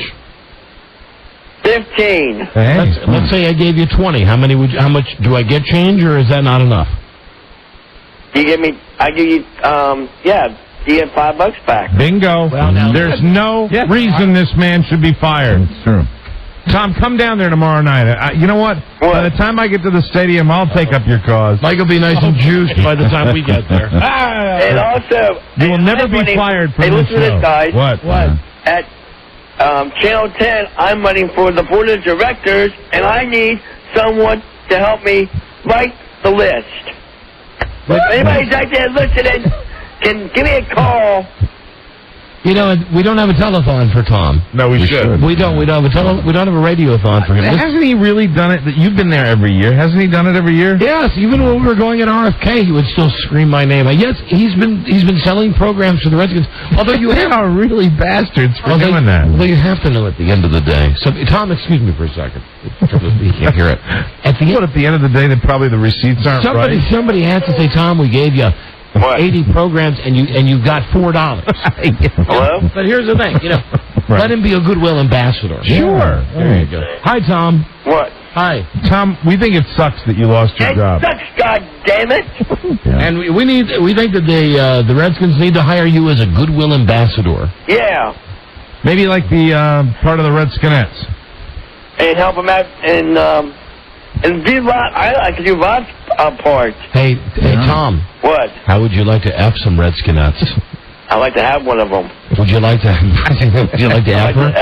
I like to F them. Sure. Why not? You wouldn't want to F them in the A, though, would you? No, I like to F them in the front. Good. Hey, Charlie.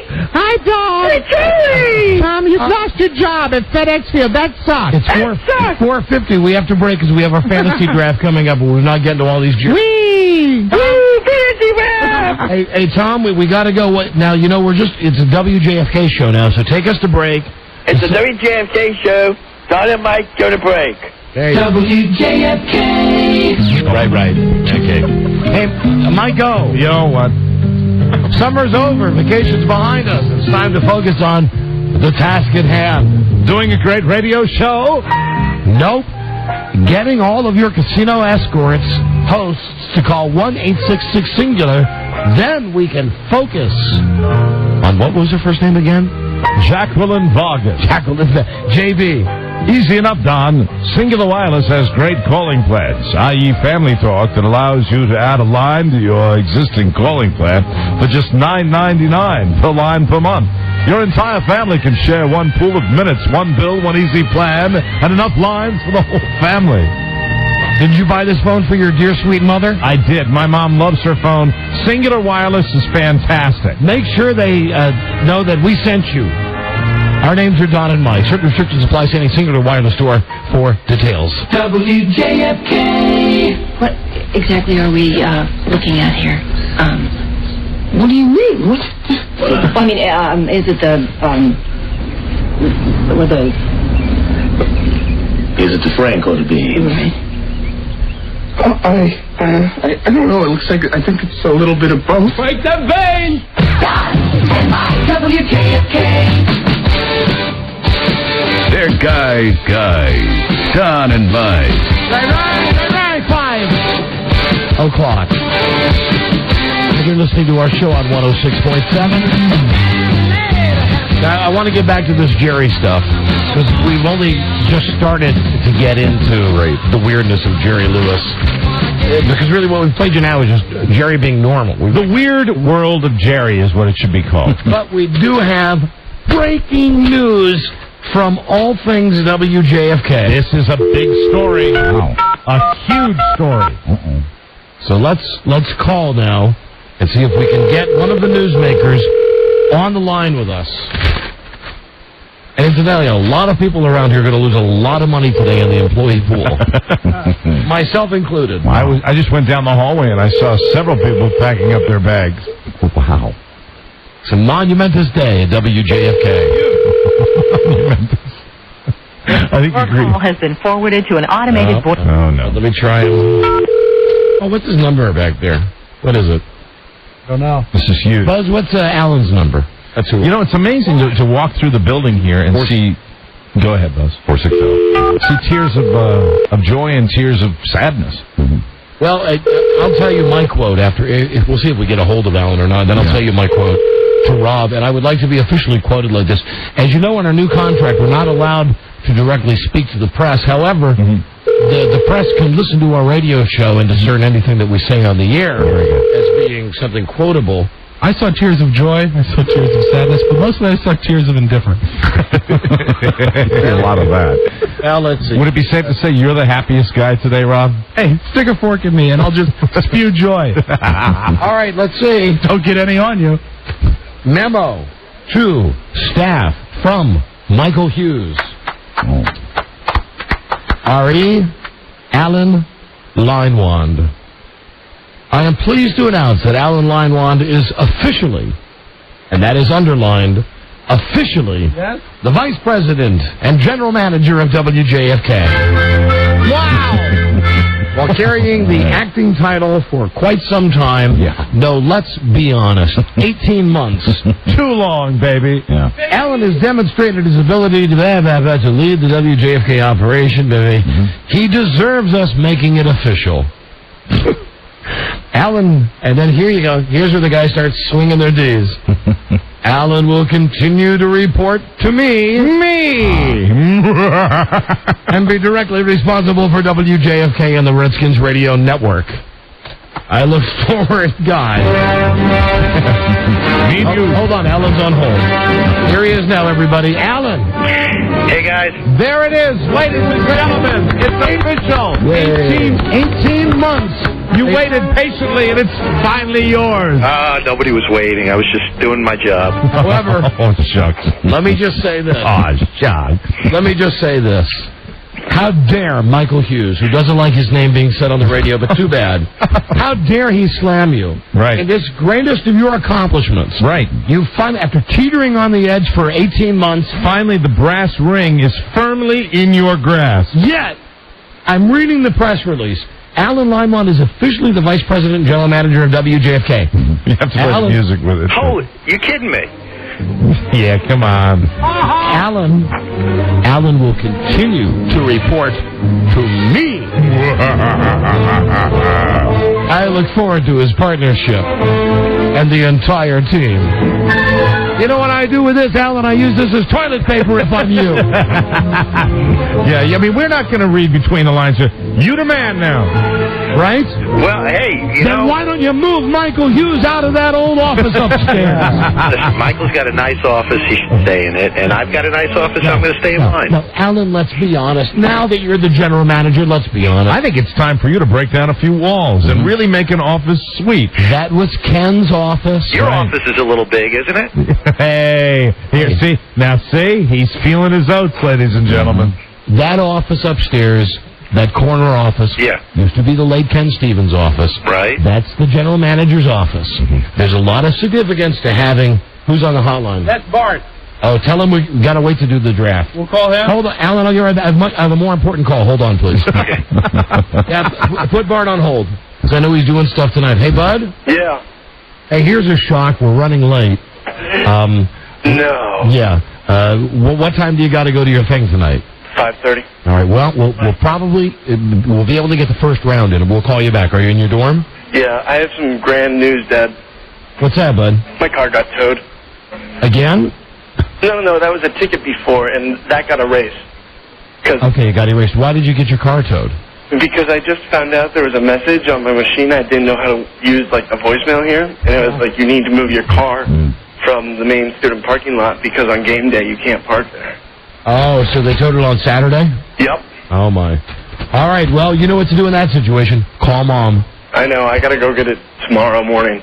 All right, bud. So listen, just tell everybody briefly, college life, good? It's going well. You liking it? I mentioned that we were getting the calls from you at 1 and 2 o'clock in the morning. And that was once. I gave you a call at midnight. And once at 1 a.m. and once at 2 a.m. And when? When you went to Walmart. Oh, yeah.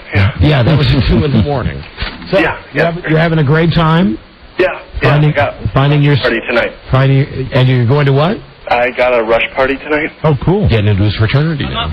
That's fair. You want to give us a little heads up? Well, I guess you can't do that until you pledge, right? No. Because you jinx it. Yeah, right. Because he's got 2 or 3 that he's talking to. All right, bud. Well, listen, I love you, and we'll call you back when it's time for the draft. All right. Hey, and listen, you're not going to believe this.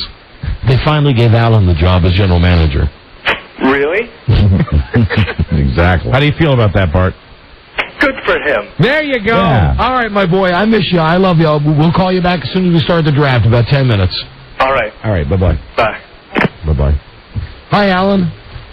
Hey. That's all right. I'm a general manager. I have nothing else to do.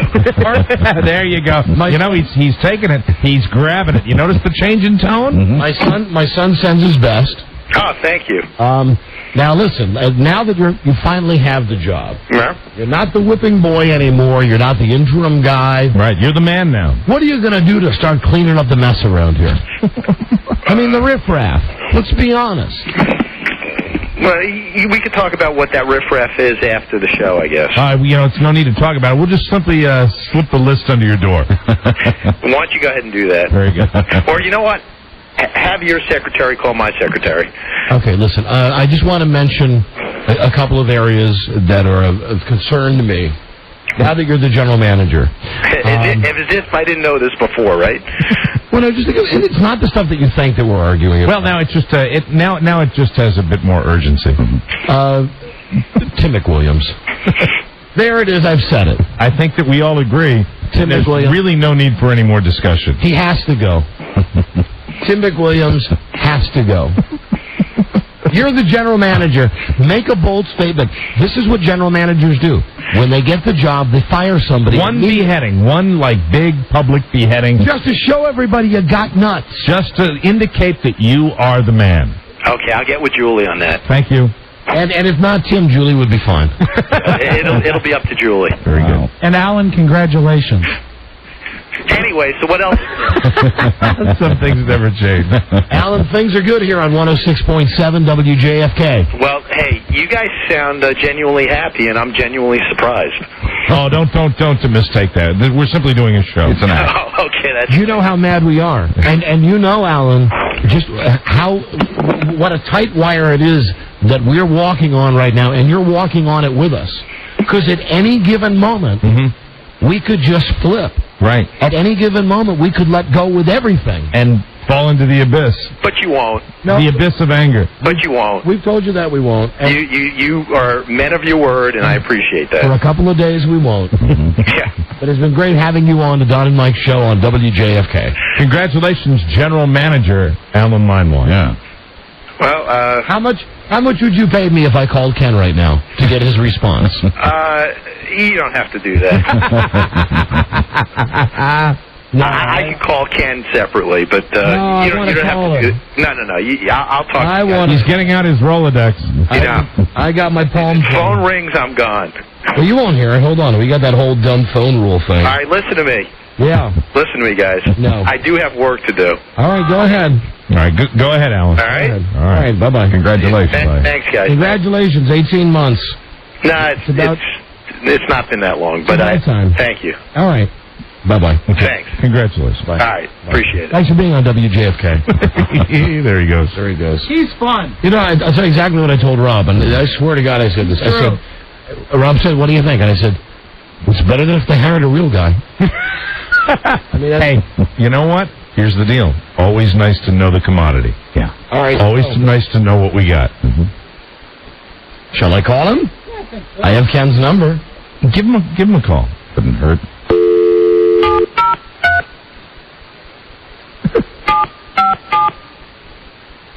He hasn't changed it by now. Gotta pick up the phone. Gotta pick it up. Hey, this won't be too awkward. Be interesting. You know, the guy lives 2 miles from me, and I've not seen him. Do you even know if he's still in the area? I think so. I mean, Frida sees his wife sometimes at Safeway. Rob's putting the X over his eyes. He only goes out at night.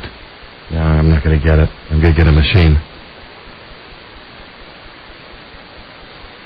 Well, his wife's not dead. He hasn't killed her yet. Okay, you want to leave a message? I will if you don't want to. You go ahead. Okay.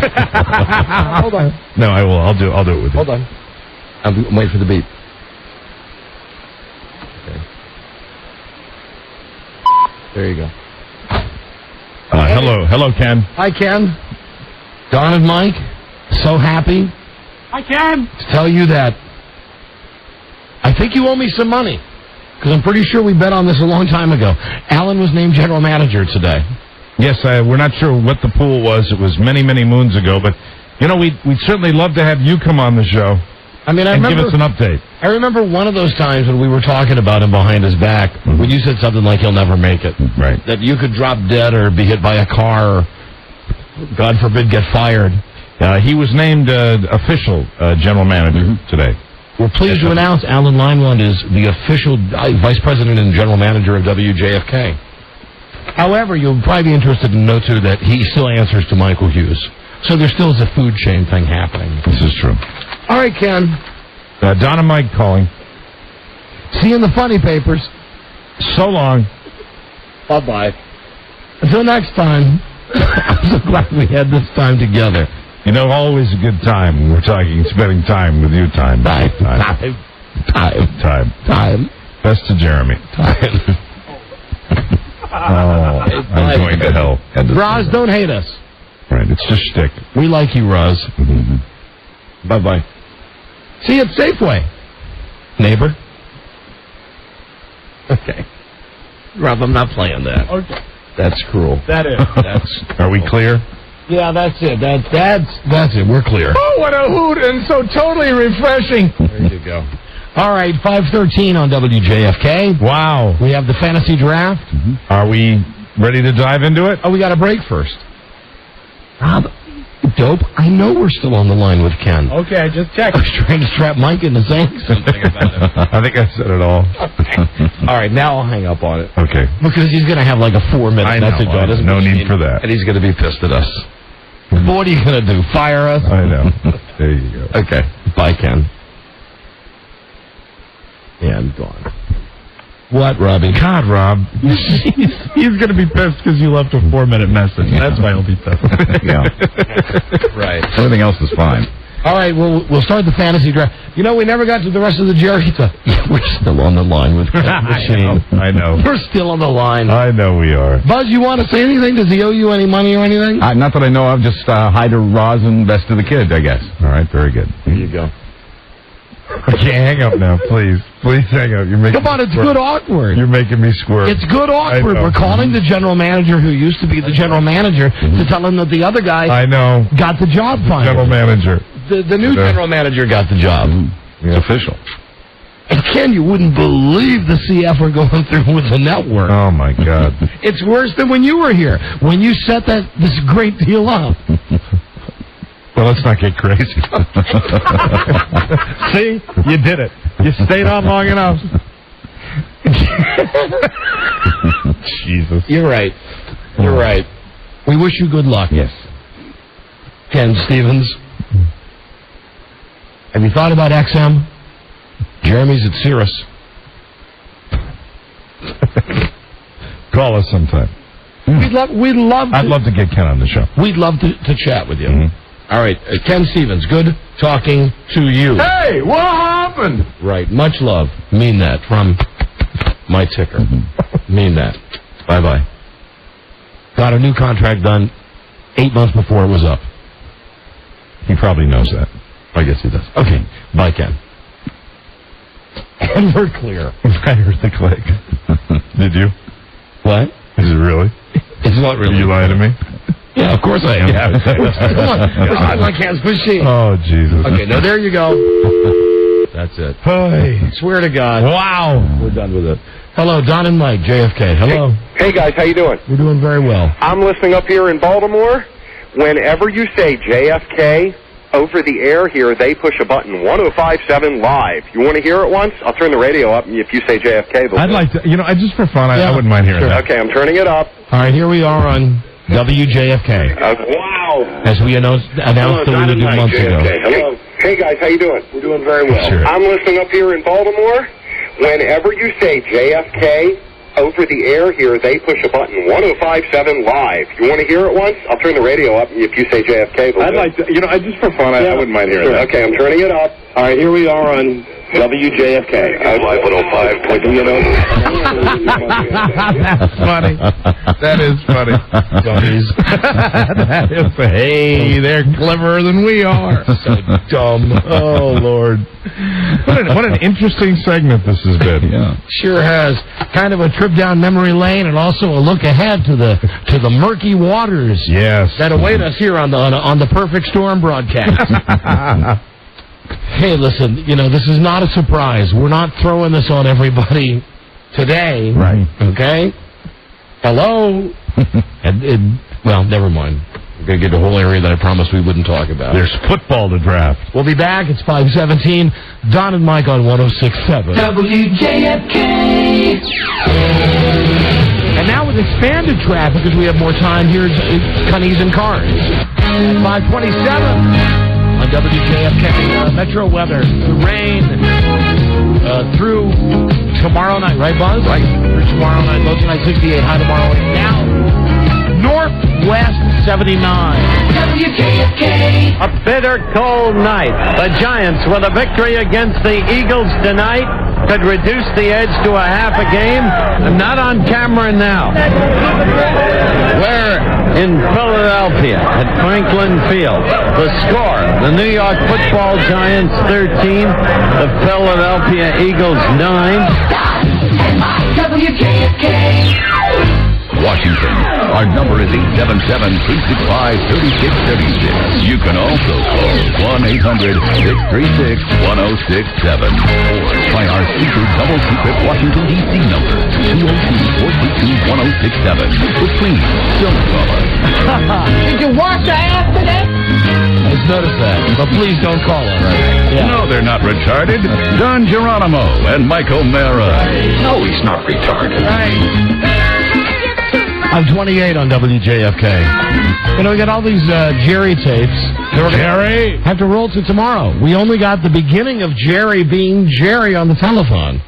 And tomorrow, Broyhill, right? We also got Mr. Skin, Paula Poundstone, Sonny Jurgensen, and Joe down at the big CF down at the mall, right? That's correct. Wow. All in a shorter show. Lots of that tomorrow. Yeah, and Buzz's News. A slightly truncated show. Okay, this is what we've been waiting for. Football. The WJFK Fantasy League. Last year, our league was named Buzz Has the First Pick. Right. Charlie, this year, the name of the league is? Buzz had the first pick last year. Yeah, if I'm not mistaken, Charlie's the commissioner. That is correct. Here in the first round, you have a maximum of 1 minute to make your pick. After that, it's 30 seconds to make your pick. Draft order is as follows. Round number 1. Charlie, what's the order? Drafting first is Mike. Hello. John Norman. Rob Spiewak. And in a shady deal, Bart sold. Yeah. Don bought Bart's pick for the entry fee. That's right. Picking fourth in the first. Very shady. Yeah, I know. I'm the real Slim Shady. Cameron, Buzz, Lisa. Hi. Jimmy and Julie. Bart. And then your crooked commissioner. All right, so let's see. Here in the studio, it's me, Don, then there's Mike. Hello. Charlie, there's Lisa, there's Cameron and John. Hi, Cameron and John. Hi. Hi, guys. And we're all very excited about the draft. Thank you very much. Joining us now from Los Angeles, here is Jim McClure and, and Julie. Hey, Jim. Hi, Julie. Julie is not here, but I'm here for right now. And Jim, the name of your team this year is? The L.A. Smog. L.A. Smog. And joining us... Do we have to have names for our teams yet? Yeah, we do. Well, you can change it on the computer tonight. Okay, very good. And joining us from Clemson, South Carolina. Still be the Sea Dogs. Here is Freshman of the Year, Bart. Hi, Bart. Hey, Barty. Hello? Oh, hold on. That's not... That was my fault. Hey, Bart. Hello. There you go. Got him. Hold on. Let me see if I got Jimmy. Jimmy, are you still there? I'm here. All right. Jimmy's there. Bart's there. Hello, South Carolina. What? Are you there, South Carolina? Sure. And Los Angeles, are you there? Then we are ready to start with 60 seconds on the clock. And I don't think we need the tick-tock yet, Robbie. No. Mike is on the clock. It would help if you had your pick if you just made it. Because we're running a little late. Okay. My number 1 pick from the San Diego Chargers, LaDainian Tomlinson. And that means on the clock is John Norman. I'll just take Ricky Williams. Ricky Williams. Go on. Meaning on the clock, Bobo Spiewump. Danny Worth. Oh, no, that's not right. I'll take Donovan McNabb. Donovan McNabb. And that means me. Well, I just yelled at everybody about taking too much time. Take your time, Don. Mike, I like being controversial. Ever in your life had a pick? Marshall Faulk. As we go to Cameron. I would like Priest Holmes, please. Then to Buzz. I'll take Marvin Harrison, please, from the Indianapolis Colts. Somebody already took Marshall Faulk? Yep, I did. As we go to Lisa. Marvin Harrison. Lisa. Hi. Lisa, hi, your mic's on. Yeah. Oh, you have. I'm doing double duty here. You do have 60 seconds. Okay. We're at round 6. I mean, pick 6, right? Pick 7. Oh, I missed it. God damn it. Pick 7. Waiting on Lisa now for her pick. What did I miss? Rich Gannon. Rich Gannon. Off the board. And we go to Bart with pick number 9. Okay, I'm going to think about this one a little bit. You have 60 seconds. All right. Oh, what about me? Hold on. Who? That's Jimmy and Julie. Oh, Jim and Julie. I'm sorry. Jim and Julie. I'm sorry, Bart. I read the board wrong. Jim and Julie. I will take Sean Alexander. McNabb down all Sean Alexander. Bart, are you getting help from your guys there? Dante Culpepper. Dante Culpepper, taken by Bart. No, I have 9. Good running back. What? All right, Bart with Dante Culpepper. We now go back-to-back picks with Broyhill. How did this play out on your fantasy draft? I mean, on your mock draft. Did you have him screwing me? Because I know you wanted Peyton and Marvin. Go ahead. He screwed me. Go ahead. Peyton Manning and Clinton Portis. All right, and that is back to me again. All right. Who do you pick? Peyton Manning and Clinton Portis. And then it's back. 11. Have 11 players been picked? Correct. Okay. I can't hear Charlie, guys. I'm sorry. Yo, Dad? Yeah, bud. I couldn't hear that. Who do you pick? Hey, Charlie, can you go through the first round? Do you have, or Yeah, we really got it because we were going so fast. Who has the first round? I do. Lisa does. All right. Mike took LaDainian Tomlinson. Right. John took Ricky Williams. Rob took Donovan McNabb and John Marshall Faulk. Cameron took Priest Holmes. Buzz, Marvin Harrison. Lisa, Rich Gannon. Jim and Julie, Sean Alexander. Bart, Dante Culpepper. Charlie, Peyton Manning, and Clinton Portis. And now we're back to Don with the round 2. Round. I thought you traded me your second round pick then. No, we just rated first round picks, bud. Oh, subpar. Subpar. So we're at we've made 11 picks, right? Correct. Yeah. Plaxico Burress from Pittsburgh, wide receiver. And whose turn is it now, Lisa? Jim and Julie. Jimmy. I will take Terrell Owens, please. And you only have 30 seconds for the pick. Who's up now? I am. Oh, Lisa is, okay. See how quickly this moves? Mm-hmm. I don't know if anybody's listening to this or not, but it's a lot more fun to do it on the radio than it is for us to be up in a room upstairs. Just doing it with everybody smoking and drinking. Lisa? Let's smoke and drink. Randy Moss. Randy Moss. And that means... I just got called a name by somebody. It was bitch. Who's up? Did your husband call you a bitch? No. Who's up? They're wasting time. Yes, we are. Johnny. Buzz. Oh, Buzz. Take Brett Favre, please. Yeah, now, you know what? Really? He's effing you too, isn't he? Just F you, F-wall, F-wad, F-boy. That's a shame, Dad. I'm going to take Matt Hasselbeck. Hold on a second. Wait, you weren't even called yet. No, he's not retarded. Is it Cameron's turn? Yeah, that's my pick. Well, let's make sure we know who's going. It was Matt Hasselbeck, all right? Then focus on the show. Then whose turn is it then? If Cameron just went. Why do we have this? Oh, Joe, don't drop the S-bomb, Joe. Keep up as fast as you can. Who's on the clock, Lisa? I think Robbie. Bart. Did Bart choose? I haven't picked again yet. Wait a minute. Wait. Now we're totally confused here. Cameron just picked. Right. So who goes after Cameron? Bart. Bart, you're on the clock, Bart. 30 seconds. All right. 30 seconds for Bart at Clemson, South Carolina. I heard you. I'm just filling. We're on the radio, bud. I know. 10 seconds. I would hate to buzz you and have you lose this pick. Okay. Give me, 4, 3, 2, 1. No, you skipped one. What? Hey, does he have a pick? Deuce McAllister. Okay, Deuce McAllister. Only because you're of my seed. And who's up now? And I'll start the clock. Robbie. Robbie, 30 seconds. Tiki Barber. Tiki Barber. Tiki Barber. Thanks, Robbie. Who's up now, Lisa? Mike. Mike. Oh, John. John. God damn it. John. John. Hi there. Man. Aaron Brooks. Aaron Brooks. Aaron Brooks. And we go to Mike. Kurt Warner. Kurt Warner. Is his heel better? And we go to... No worries. Who is it, Lisa? Who's up Mike. there? Mike goes again. Mike again. Edgerrin James. And we go to... John. Johnny. Hines Ward. Hi, Charlie.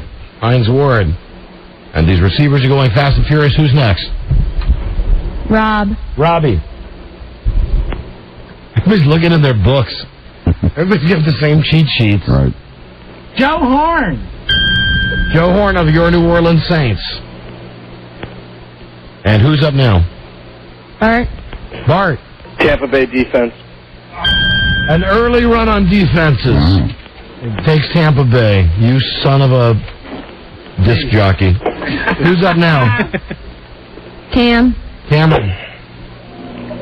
Cameron. Hi.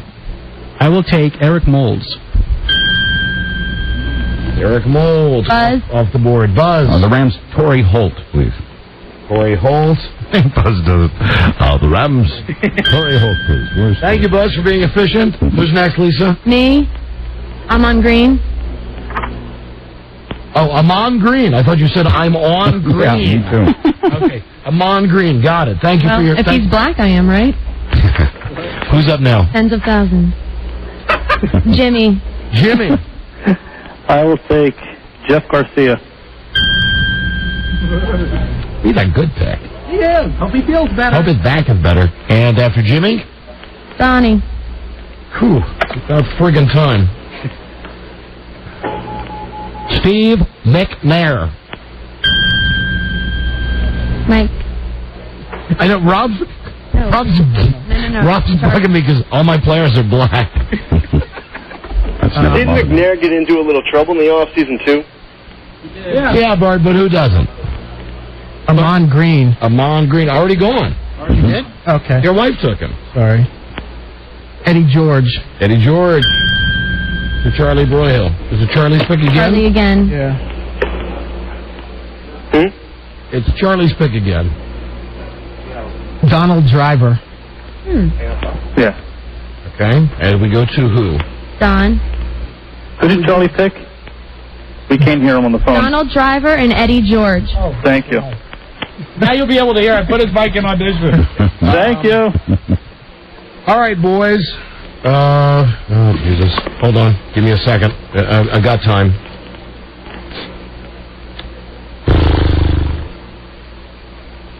While we're waiting, do you have to start a tight end this year? No. No, you don't. Okay. Jeremy Shockey. Really? Yeah, duh, really. Okay. He's white. Maybe somebody else can pick the rest of my team for me after I leave. Bart, I'm kidding. I'm doing the best I can. See, Bart's going to be going to this fraternity thing, and I'm going to have to be double dipping, picking for both teams. Who's next? We're wasting... Jimmy. I'll take Stephen Davis. Stephen Davis. And that brings us to... Me. Lisa, on the clock, with 30 seconds for her pick.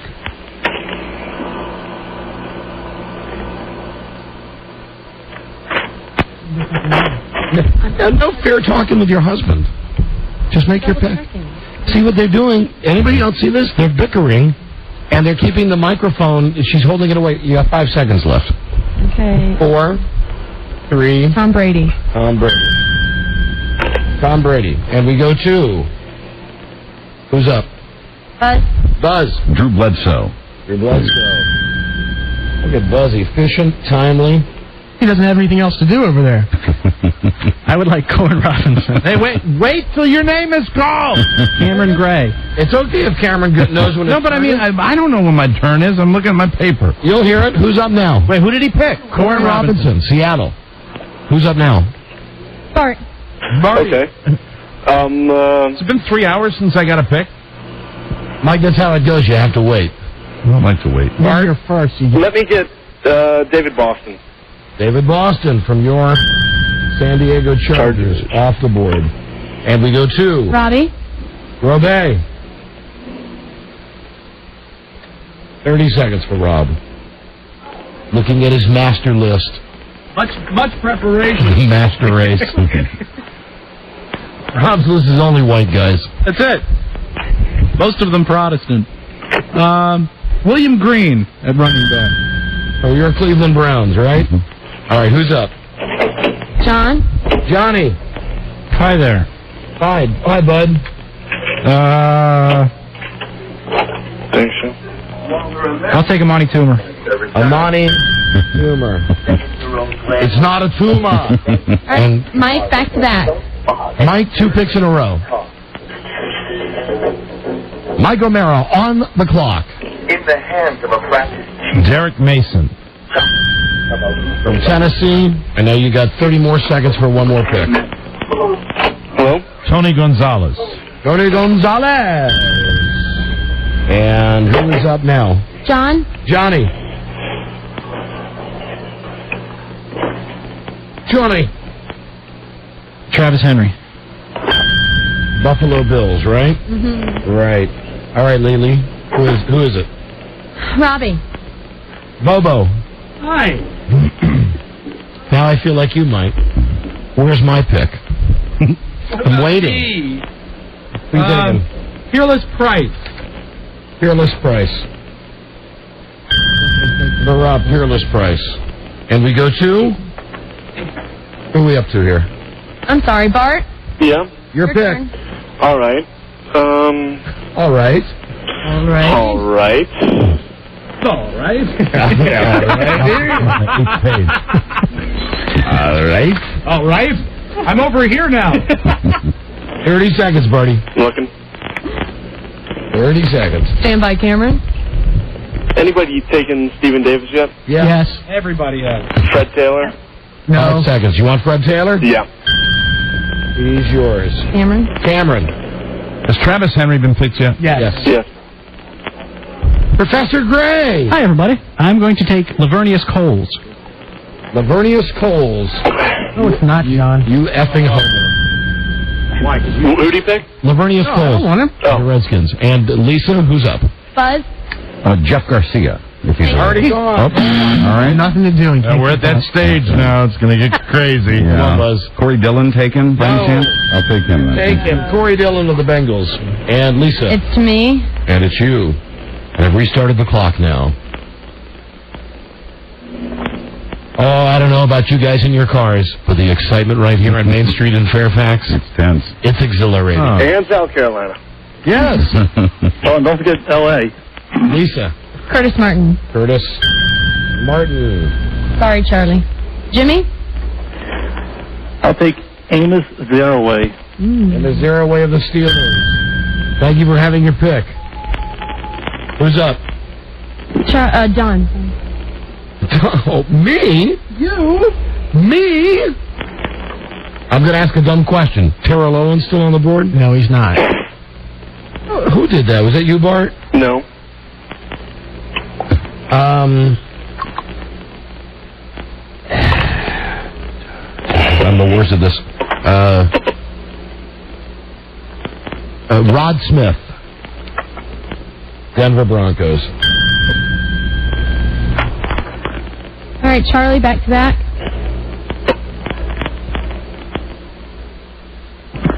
Tommy Maddox. Quarterback. And one more for Charlie. Dante Stallworth. Dante Stallworth. Now, is that the end of a round? That's the start of round 6. Yeah. at the start of round 6. Mm-hmm. And we have how many rounds to go? 10. 10 rounds? Yes. Then everybody has to be faster this time around. Well, we need to be able to track it, too, so fast isn't going to be good. Well, don't we have it? How about if everybody just writes down their own guys? I haven't been doing that. Oh, you haven't? I have. I've been writing down everybody's guys and writing down my own. But it's still tough to find them, especially when somebody... All right, well, we have to do a break here. Age 50. Let's go around and just see who has what. Okay. Well, we've done one pick in the 6th round now. All right, let's finish the 6th round then. Who's up? It's up to you. Done. Moi. Okay. Trois. Okay.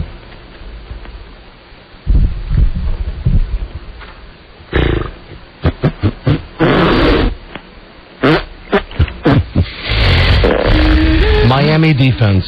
No. To who? Jimmy. I'll take the Eagles defense. To who? Me. To Lisa. You guys.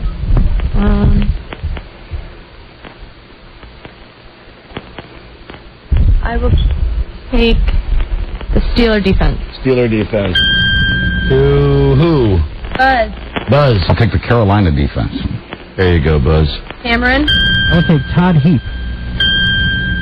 Todd Heap. Barty. Martin Grammatica. A little early for a fag kicker, I think, son. What? A little early for a faggot kicker. I'm fine with my queers. Ed. Who's that? Oh, Robbie. Bubba Franks. Bubba Franks. And... John.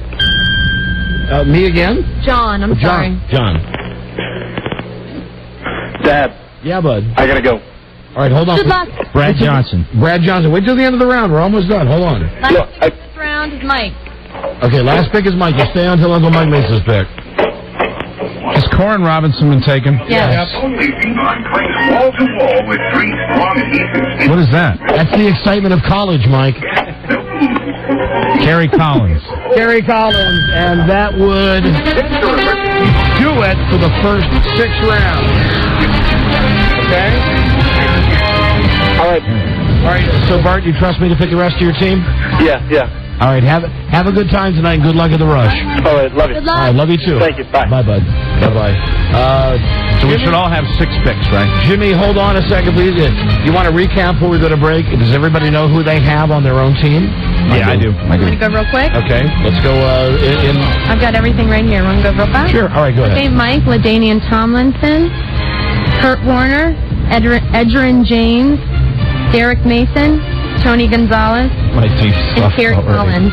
John, Ricky Williams, Aaron Brooks, Hines Ward, Amani Toomer, Travis Henry, and Brad Johnson. Don, Marshall Falk, Plexico Burris, Steve McNair, Jeremy Shockey, Rod Smith, and Miami defense.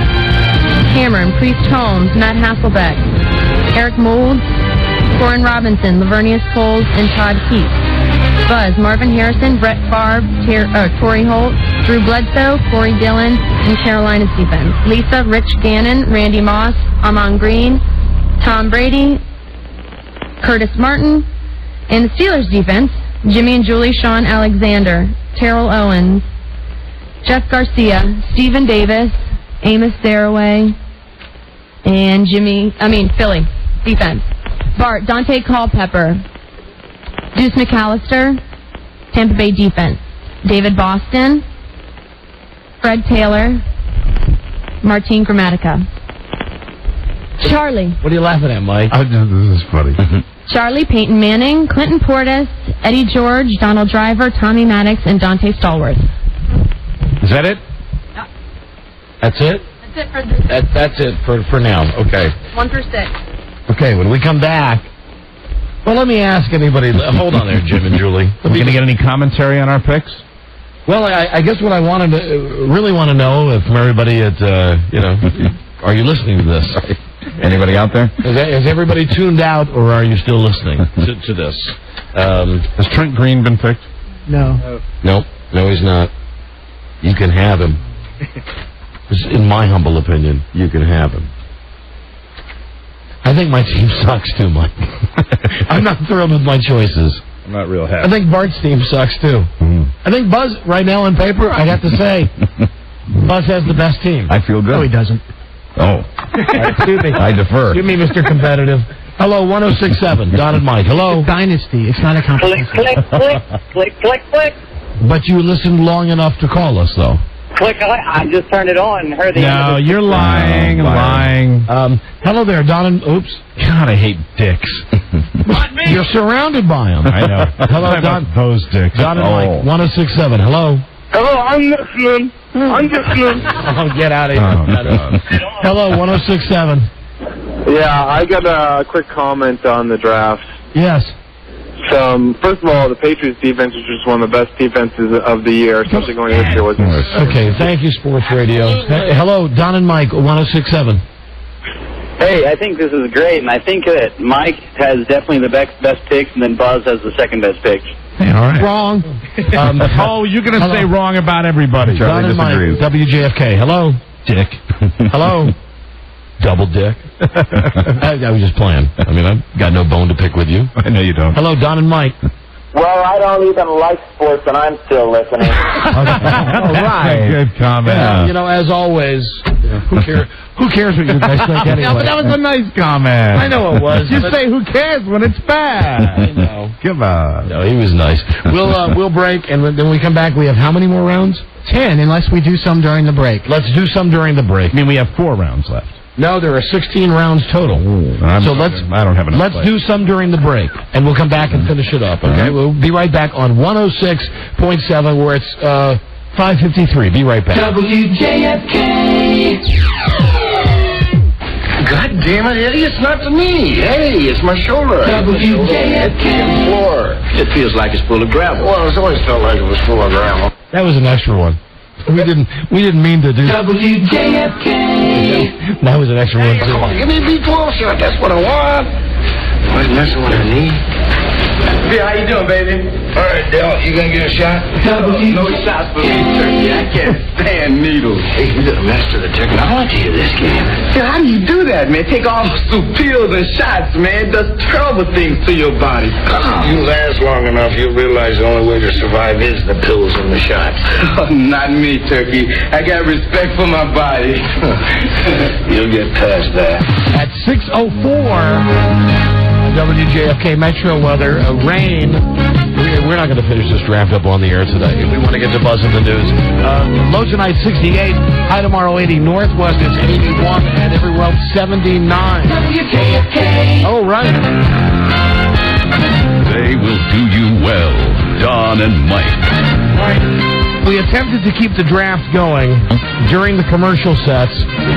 We made a couple of picks. Now, if we want to get to Buzz in the news, and I want to give Buzz some time here, we have approximately 2 minutes. Oh, wow. No, we have maybe 5 minutes. Okay. And then we'll have to wrap the rest up off the air. We're up to round number what, Lisa? We're at round 9, and it is Bart's pick, and you are picking for Bart. Okay. Picking for Bart, then I pick... Oh, Christ.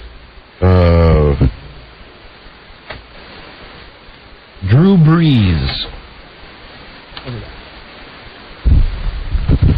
Cameron? No, hold on. Strike that. Please strike that. I wasn't looking. It's not my pick. It's my kid's pick. Right, and? And I didn't check the bye week because I'm doing 2 teams at once. Uh-huh. I think that's acceptable. I'll give you the same courtesy, Dick. I create the courtesy. I'm the commissioner. I love a man with power. Oh, dear. Jay Fiedler, please. He'll hate either one of them. Who's up? Sam. Is Charlie Garner still available? Yeah. Yep. I will take him. Garner. Charlie Garner. Sorry. Is Eddie George still available? No. Okay, then I'll take Troy Hambrick, please. The Cowboys. Hambrick. It's stiff. It's a giant stiff, Buzz. I know. I'm out of players. I know. Who's up here? Me. Oh, hi, Lisa. Troy. Everybody, this is the problem. Everybody goes looking on their goddamn list to try to find Troy Hambrick. to write his name down. He's not on there? Okay, it's to me. Yeah. Um, Hey, Robbie, we got to load the buzz stuff in here. Right. David Akers. Kicker. That'll be a second kicker taken. And who's up? Jimmy. Oh. Now, he's not been listening to any of this. Jimmy, who do you want? Is Vanderjack available? Yeah. Yeah, take him. He's yours. I'll take Vanderjack. Thank you. All right. Lisa. I guess I should have turned Jimmy's back on, the phone back on, when we came back on the air. Ollie. Does it go back to Lisa? It's to Don. Oh, to moi. For yourself. To moi. Jason Elam. Back to back for Charlie. Olandis Gary. Okay. He's a running back. Who's he played? He just got traded, didn't he? Detroit. To Detroit. Okay. One more for Charles. This is friggin' confusing. Trying to do this, trying to run this show, trying to run my draft, trying to run my son's draft. I know. It's tough. Yeah. You can only do Jeff so Wilkins. much. Jeff Wilkins? The kicker. Right. Gotcha. Okay, who's up? Oh, Don again, for you. I'm effing things up. I can't find Orlandis Gary. He's already gone. I know. I'm trying to wipe him out here. What happened to the pictures I was supposed to... I don't like this. Is he gone? We got 30 seconds, right? Okay. Joe Jaravicius. He's gone. He is not. No, I was talking helping about Mike. Oh. Wide receiver. Has Curtis Martin been taken? Yes. Who's next? Who's up now? Are we into It's the... Jimmy. Let me know when we're done with this round. Okay, we're in round 10. You said Curtis Martin's gone, right? Yeah. Correct. Sorry, I will take then... Come on, hurry up, ass. Hi, Mike. I so Hi, missed Jimmy. you. Jimmy, you know I just said that to say it. You know that. Come on, Big Gum. I think Warwick Dunn. Warwick Dunn. Is he gone? No, he's not. He's yours. Enjoy. Thank you. And who's up? Who's up? Me. Lisa's up now. The wife of the commissioner. The wife of the crooked commissioner. Collusion! Collusion! Ellen! You're sleeping with the commissioner. You sucked the commissioner's D. Antoine Smith. Tickle the bees. Buzz. Joe Horn, please. Gone. Oh, Jerry Rice? Gone. Derek Mason. Gone. Good Lord. Rod Smith. Gone. Todd Pinkston? Have them. Take him. Troy Brown? Todd Pinkston, you got Oh, okay, all right. Todd Pinkston, you Thank got you. him. Are we done with this round yet? Cameron. Cameron. Is David Akers still available? No. I will No. take Sebastian Janikowski. Okay, good. I had him last year. He's great. Good pick, Cameron. He's great in the pistol. He's great in the number 1 test. Oh, that pisses me off that we can't say that word. Really, for goodness sakes. Who's up? No. You for Bart. Oh, me for Bart. All right, well, let me try. This is for Bart. Poor Bart. He's going to kill me.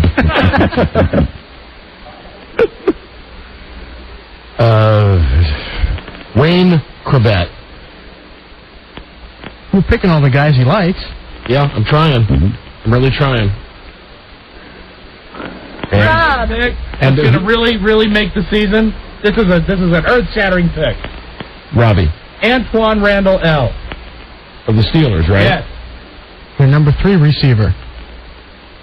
Well, everybody. That's progressive for Rob. Everybody needs a number 3 receiver. Are we done with this round yet? No, John. Adam Vinatieri. Kicker. Okay, who's up now, Lisa? Mike to end round 10. Mike to end this. Jay Feely. Jay Feely, and that's End of round 10. that's it.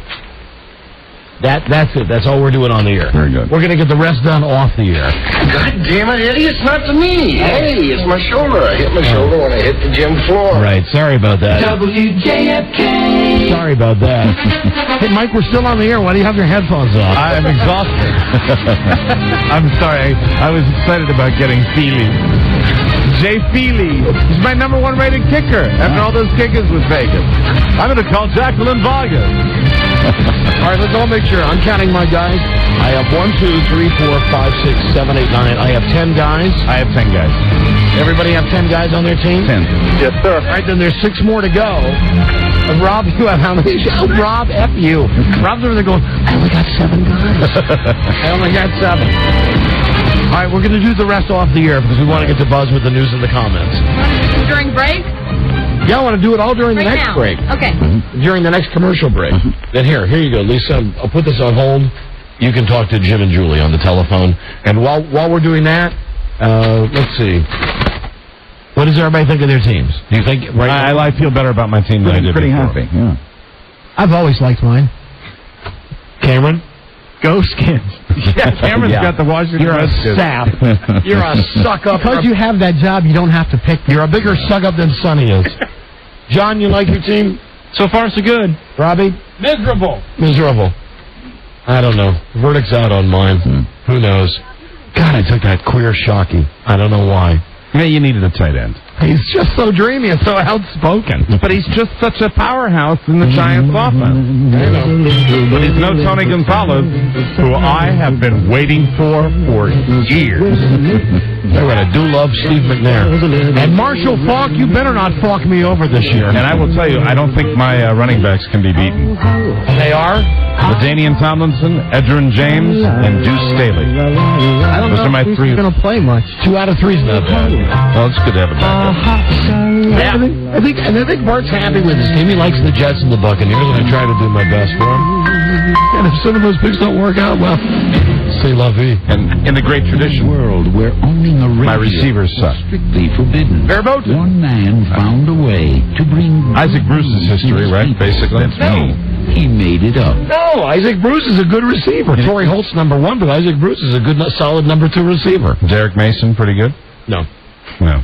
But, of course, that's who Steve McNair is going to be throwing to. So I'm just as stupid as you. Just as stupid as you. And Jay Feely was my number 1 rated kicker for the Atlanta Falcons. And I'm excited about that. Why was he your number 1 rated kicker? Because my little printout puked out Jay Feely. Good. Why was Jay Feely higher rated on your list than Jason Elam? I'll tell you why. Why was he higher rated It than says Mike right here, Vanderjack? lots of opportunities will help him. But Michael Vick is gone. What do you mean? He's going to be punting a lot. They're not going to be getting as many opportunities because they're not going to be getting as many touchdowns. It's my experience in the NFL that when offenses don't produce touchdowns, they produce field goals. Or punts. Perhaps not. Buzz? Yes. You have a fine team. Thank you. I think so. Really, you do. How many right now, by a show of applause, how many think Buzz F them over? Yeah, because I know that I don't. definitely. I feel good. Because I know there were 2 or 3 guys that I You don't even know who Marvin Harrison is. No, I really don't. But I have him. I know. He's mine. Buzz, good Yes. going. We'll finish this up off the air. And then, Lisa, you know what you can do, if you wouldn't mind, after all the teams are done? Go to WJFK.com and just post our teams there. Can we do that? It's going to take a few days that we're going, or a couple days, maybe by tomorrow, but I'm going to have everything set up there so people can track with who we are starting and our records and who we're playing on the show and all that Good, stuff. then go to WJFK.com to follow along. Follow along all season long and watch us all just screw up. And kill each other. Buzz, Yes. your lead story today is... The thing some Survivor contestants may miss the most are the illegal drugs. Oh, hey. Stay tuned, everybody. Stay tuned, Stay tuned. for news and comments, News and comments coming up on the Don and Mike Show. I'm just kidding you guys. My team kicks some ass. Good. I love all my guys. How about you? I'm psyched. Yeah. How about you, Rob? What's that? That was very professional, baby. WJFK. And now, because we care desperately, at 6:16, here's longer enhanced traffic on JFK.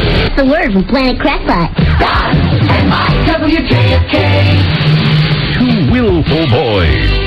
and Mike. I don't know if I've ever worked as hard as I have in the last hour. I know you've been trying to run the board, pick for two people, make sure everybody's going with the draft. Right. Keep it all organized in here. I love it. It's time for Buzz's news and comments. Someone call for a doctor? And I don't have the slug in front of me, but I know it's... Here it is, Buzz. I should know this by heart by now. Verimax Sensual Pleasure Performance Enhancer. Doctor-developed, clinically tested. Verimax works. Get it at Rite Aid, GNC, other select retailers. Try it today. Verimax, call 1-888-TRY-VMAX. In case you're wondering, we got through... Let me count my list of guys. Hey, that tote board really came in handy. We got through 12 and a half rounds. Right. I've got 1, 2, 3, 4, 5, 6, 7, 8, 9, 10, 11, 12 guys on my team. 2, 4, 6, 8, 10, 12, 13 on Bart's team. So that means we can get this done during the next commercial. 13 guys. But I think I picked one more than you. 12. Okay, we'll get it done during the next commercial stop set, and then you can follow, because Lisa will put this up on the website, WJFK.com, our rosters, and including this year, we're going to have our starting rosters. So you'll be able to just go to WJFK.com and see who's playing what. Right. Who's doing what. Feeling good. I'm feeling pretty strong. Loving it. Feeling good. I'm glad football's starting. I'm glad the fantasy's here. Loving it all. Do you have any Redskins on your team? No. Oh, God. Not in a million years. Cameron Gray, though, our operations manager, has 70. And Cameron will be operating, he's the producer this year of the Redskins games. He'll be broadcasting direct from Dan Snyder's scrotum. Absolutely. I'll take Lavernius Coles. Another point for ass kissing for Cameron Gray. Pretty amazing. He's got some significant... I think he's had the Redskins defense also. Yeah, like the Redskins care if you take any of the players for your fantasy league, Cameron. Well, he's being a homer. You should have taken some good players. Anyway, that's just me. Did you say Homer or Homo? Homer. Oh, okay. Homer. He's no homo. Think about all the lawsuits that George Mason against him. That's right. He's had so many big white bitches that have been after him. I'm attacking a big white bitch. I told you. Hi, Buzz. Hi, Don and Mike. Well, naturally, CBS wants to beat everyone else to the punch when it comes to digging up the pasts of its Survivor contestants, but CBS can't catch every little detail. Apparently, the Smoking Gun website can. Good for those guys. CBS says contestant Krista Hasty was arrested for disrupting an officer's abilities to perform his duty. She laid on the hood of her car as it was being towed away, but that's not the most interesting part of her background. That part can apparently be found in the archives of an old Usenet news group devoted to illegal drug use. Where can I hook up with some meth in Los Angeles? Krista wrote. Go to Jim McClure. Also inquired about cocaine and other stimulants. CBS also missed the DUI arrest last year of contestant Ryan Shoulders and the interest he expressed online about LSD. CBS has no comment. Well, save the date. Ben and J-Lo have selected and announced a wedding date. And this time, thank God. Yes, I know. And this time they're apparently not kidding.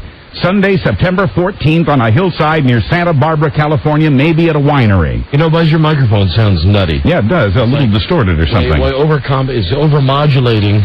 I don't know. Is that better?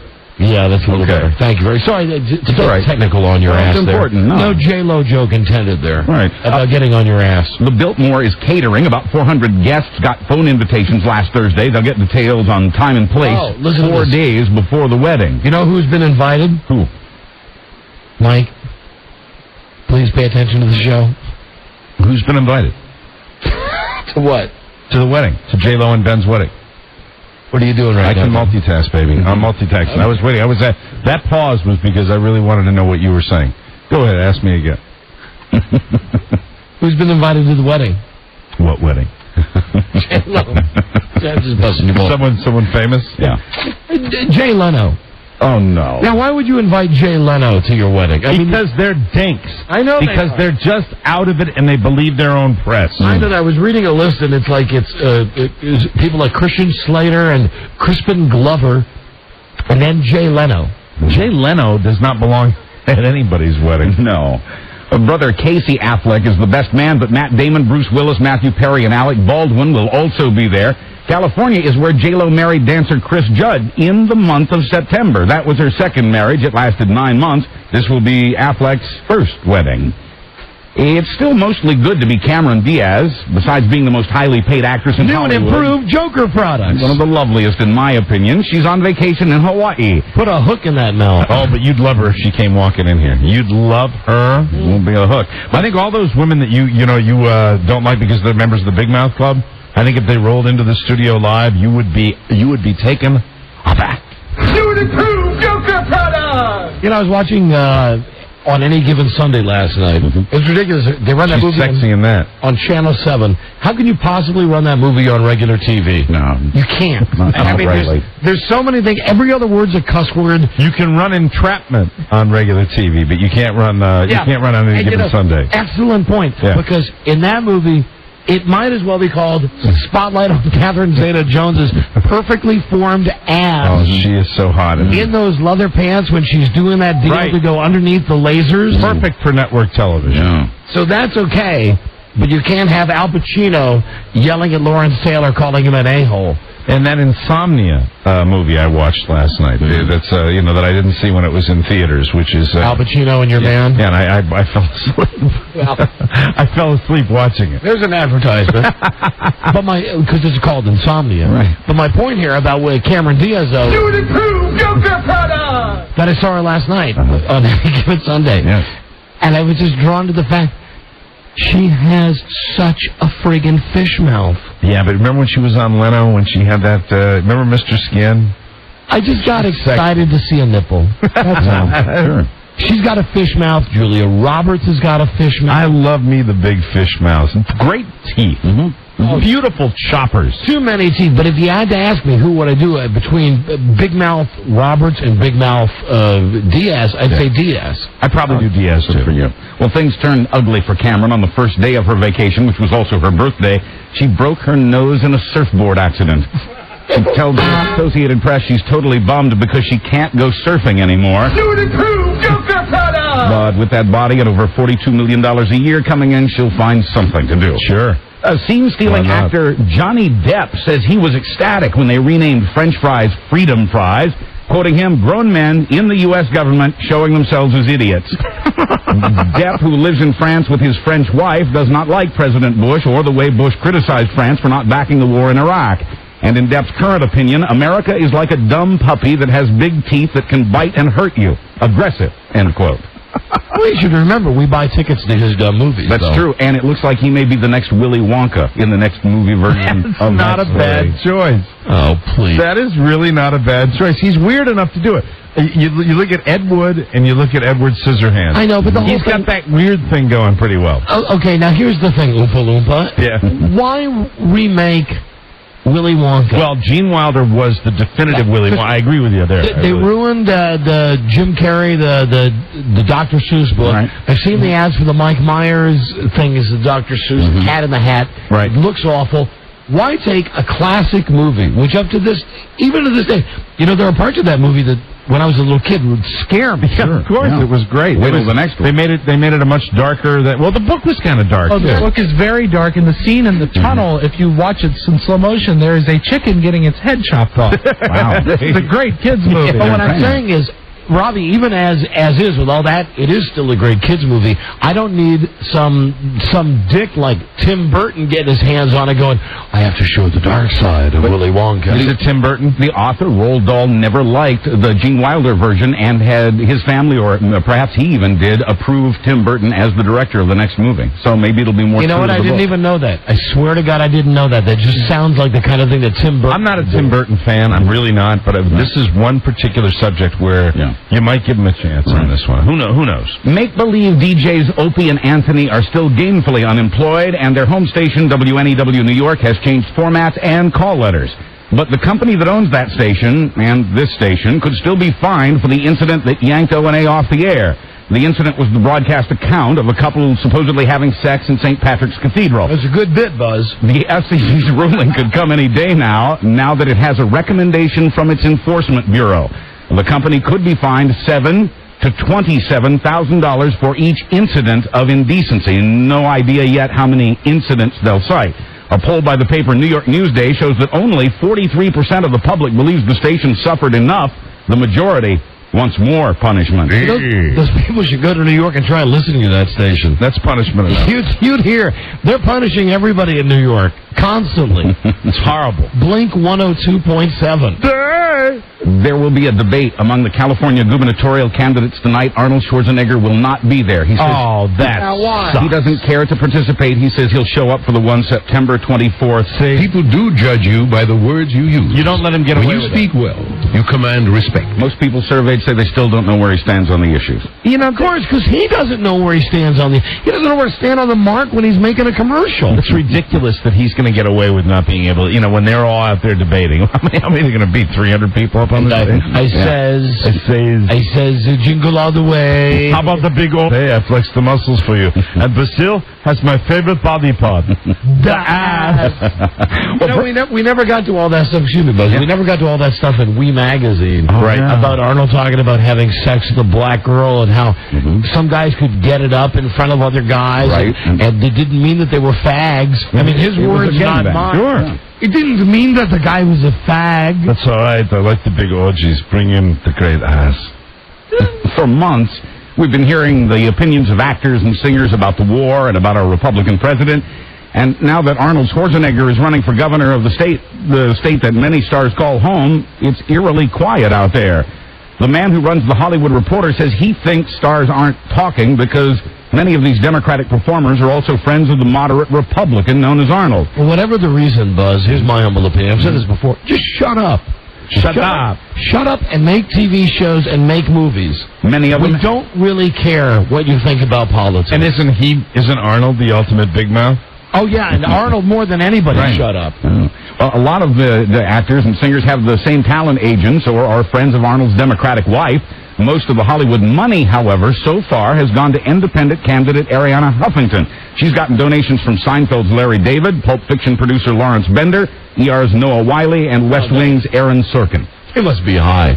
Aaron Sorkin, of course, is high. But the other guys must be high, too. Yeah. You give money to her, she talks like, Aliba. Why don't they have like this debate between the two of them?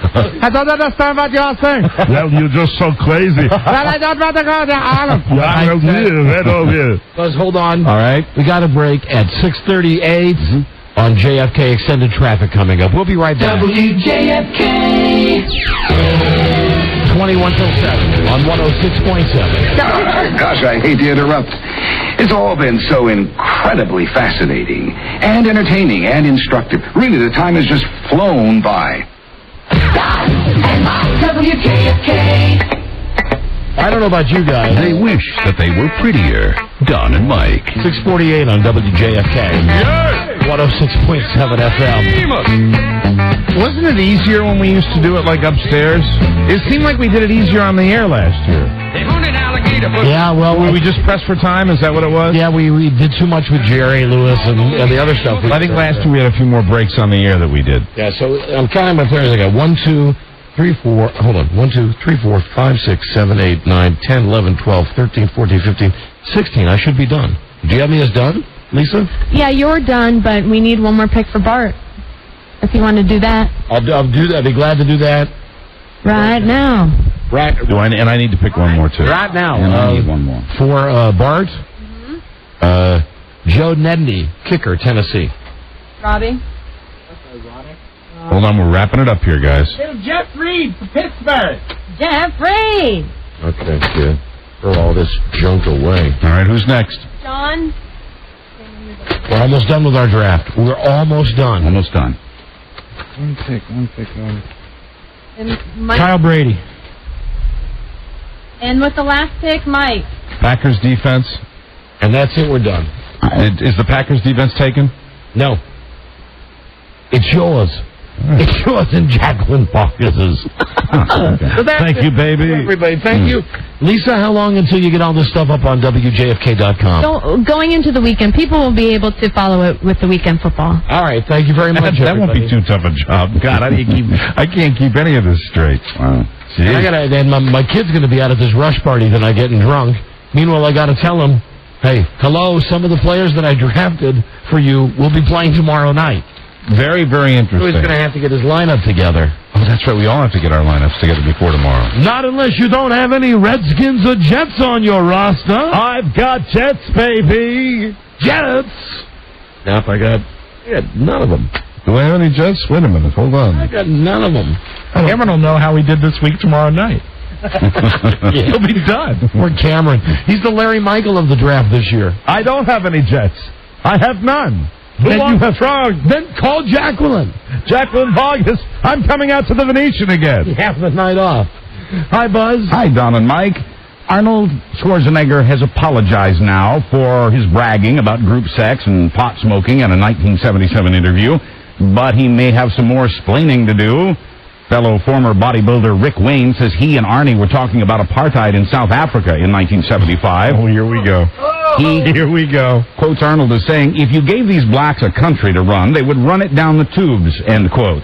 Here we go, Arnold. Quoting Wayne, who is black, I thought the comment was racist. I was pissed off, end quote. If you give these blacks a country to run, they'll run it right down into the ground. Into the ground. Was Rick Wayne the same guy who did Females for Hire? That was the same name. Not the same Not the same guy. Not to be confused with Bruce Wayne.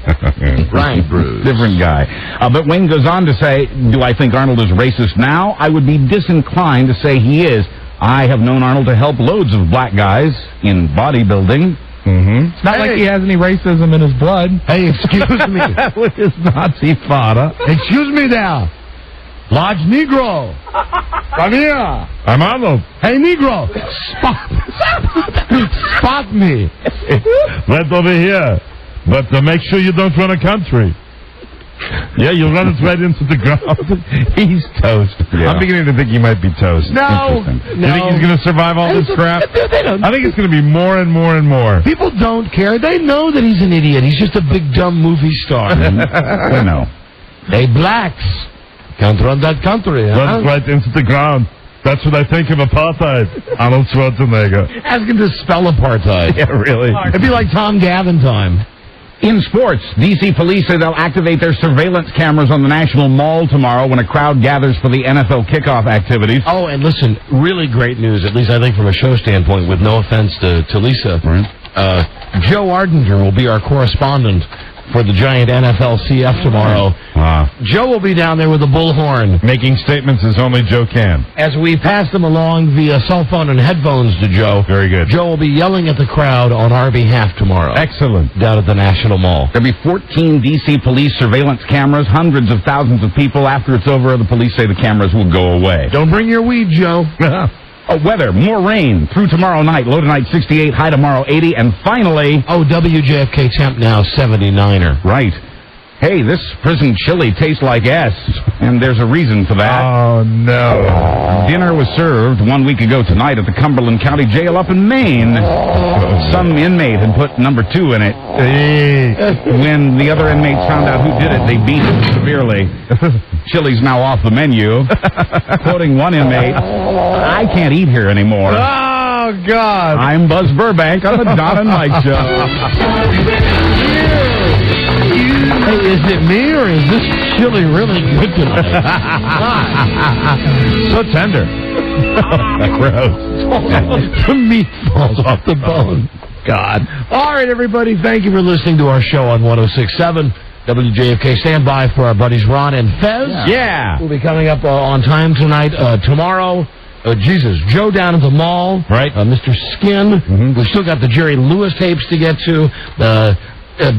She-Mail, Paula Poundstone is coming in tomorrow. Amen. Sonny Jurgensen and his gigantic teeth. Unbelievable show. All of this, and we got to cram it into 3 hours tomorrow, so we'll do our best. Thank you for listening. See you then. Good day to you, sir. Good day to you, sir. Good day to you, sir. Good day to you, sir. Good day to you, sir. Oh, what a team I have. This must be vegetarian chili. It has a peanut in it. BM. Eaters. When we meet again, this is Sammy Davis Jr. saying, be kind, be nice, and I hope the next performer has the pleasure of having as nice an audience as you've been tonight. And let me leave you swinging.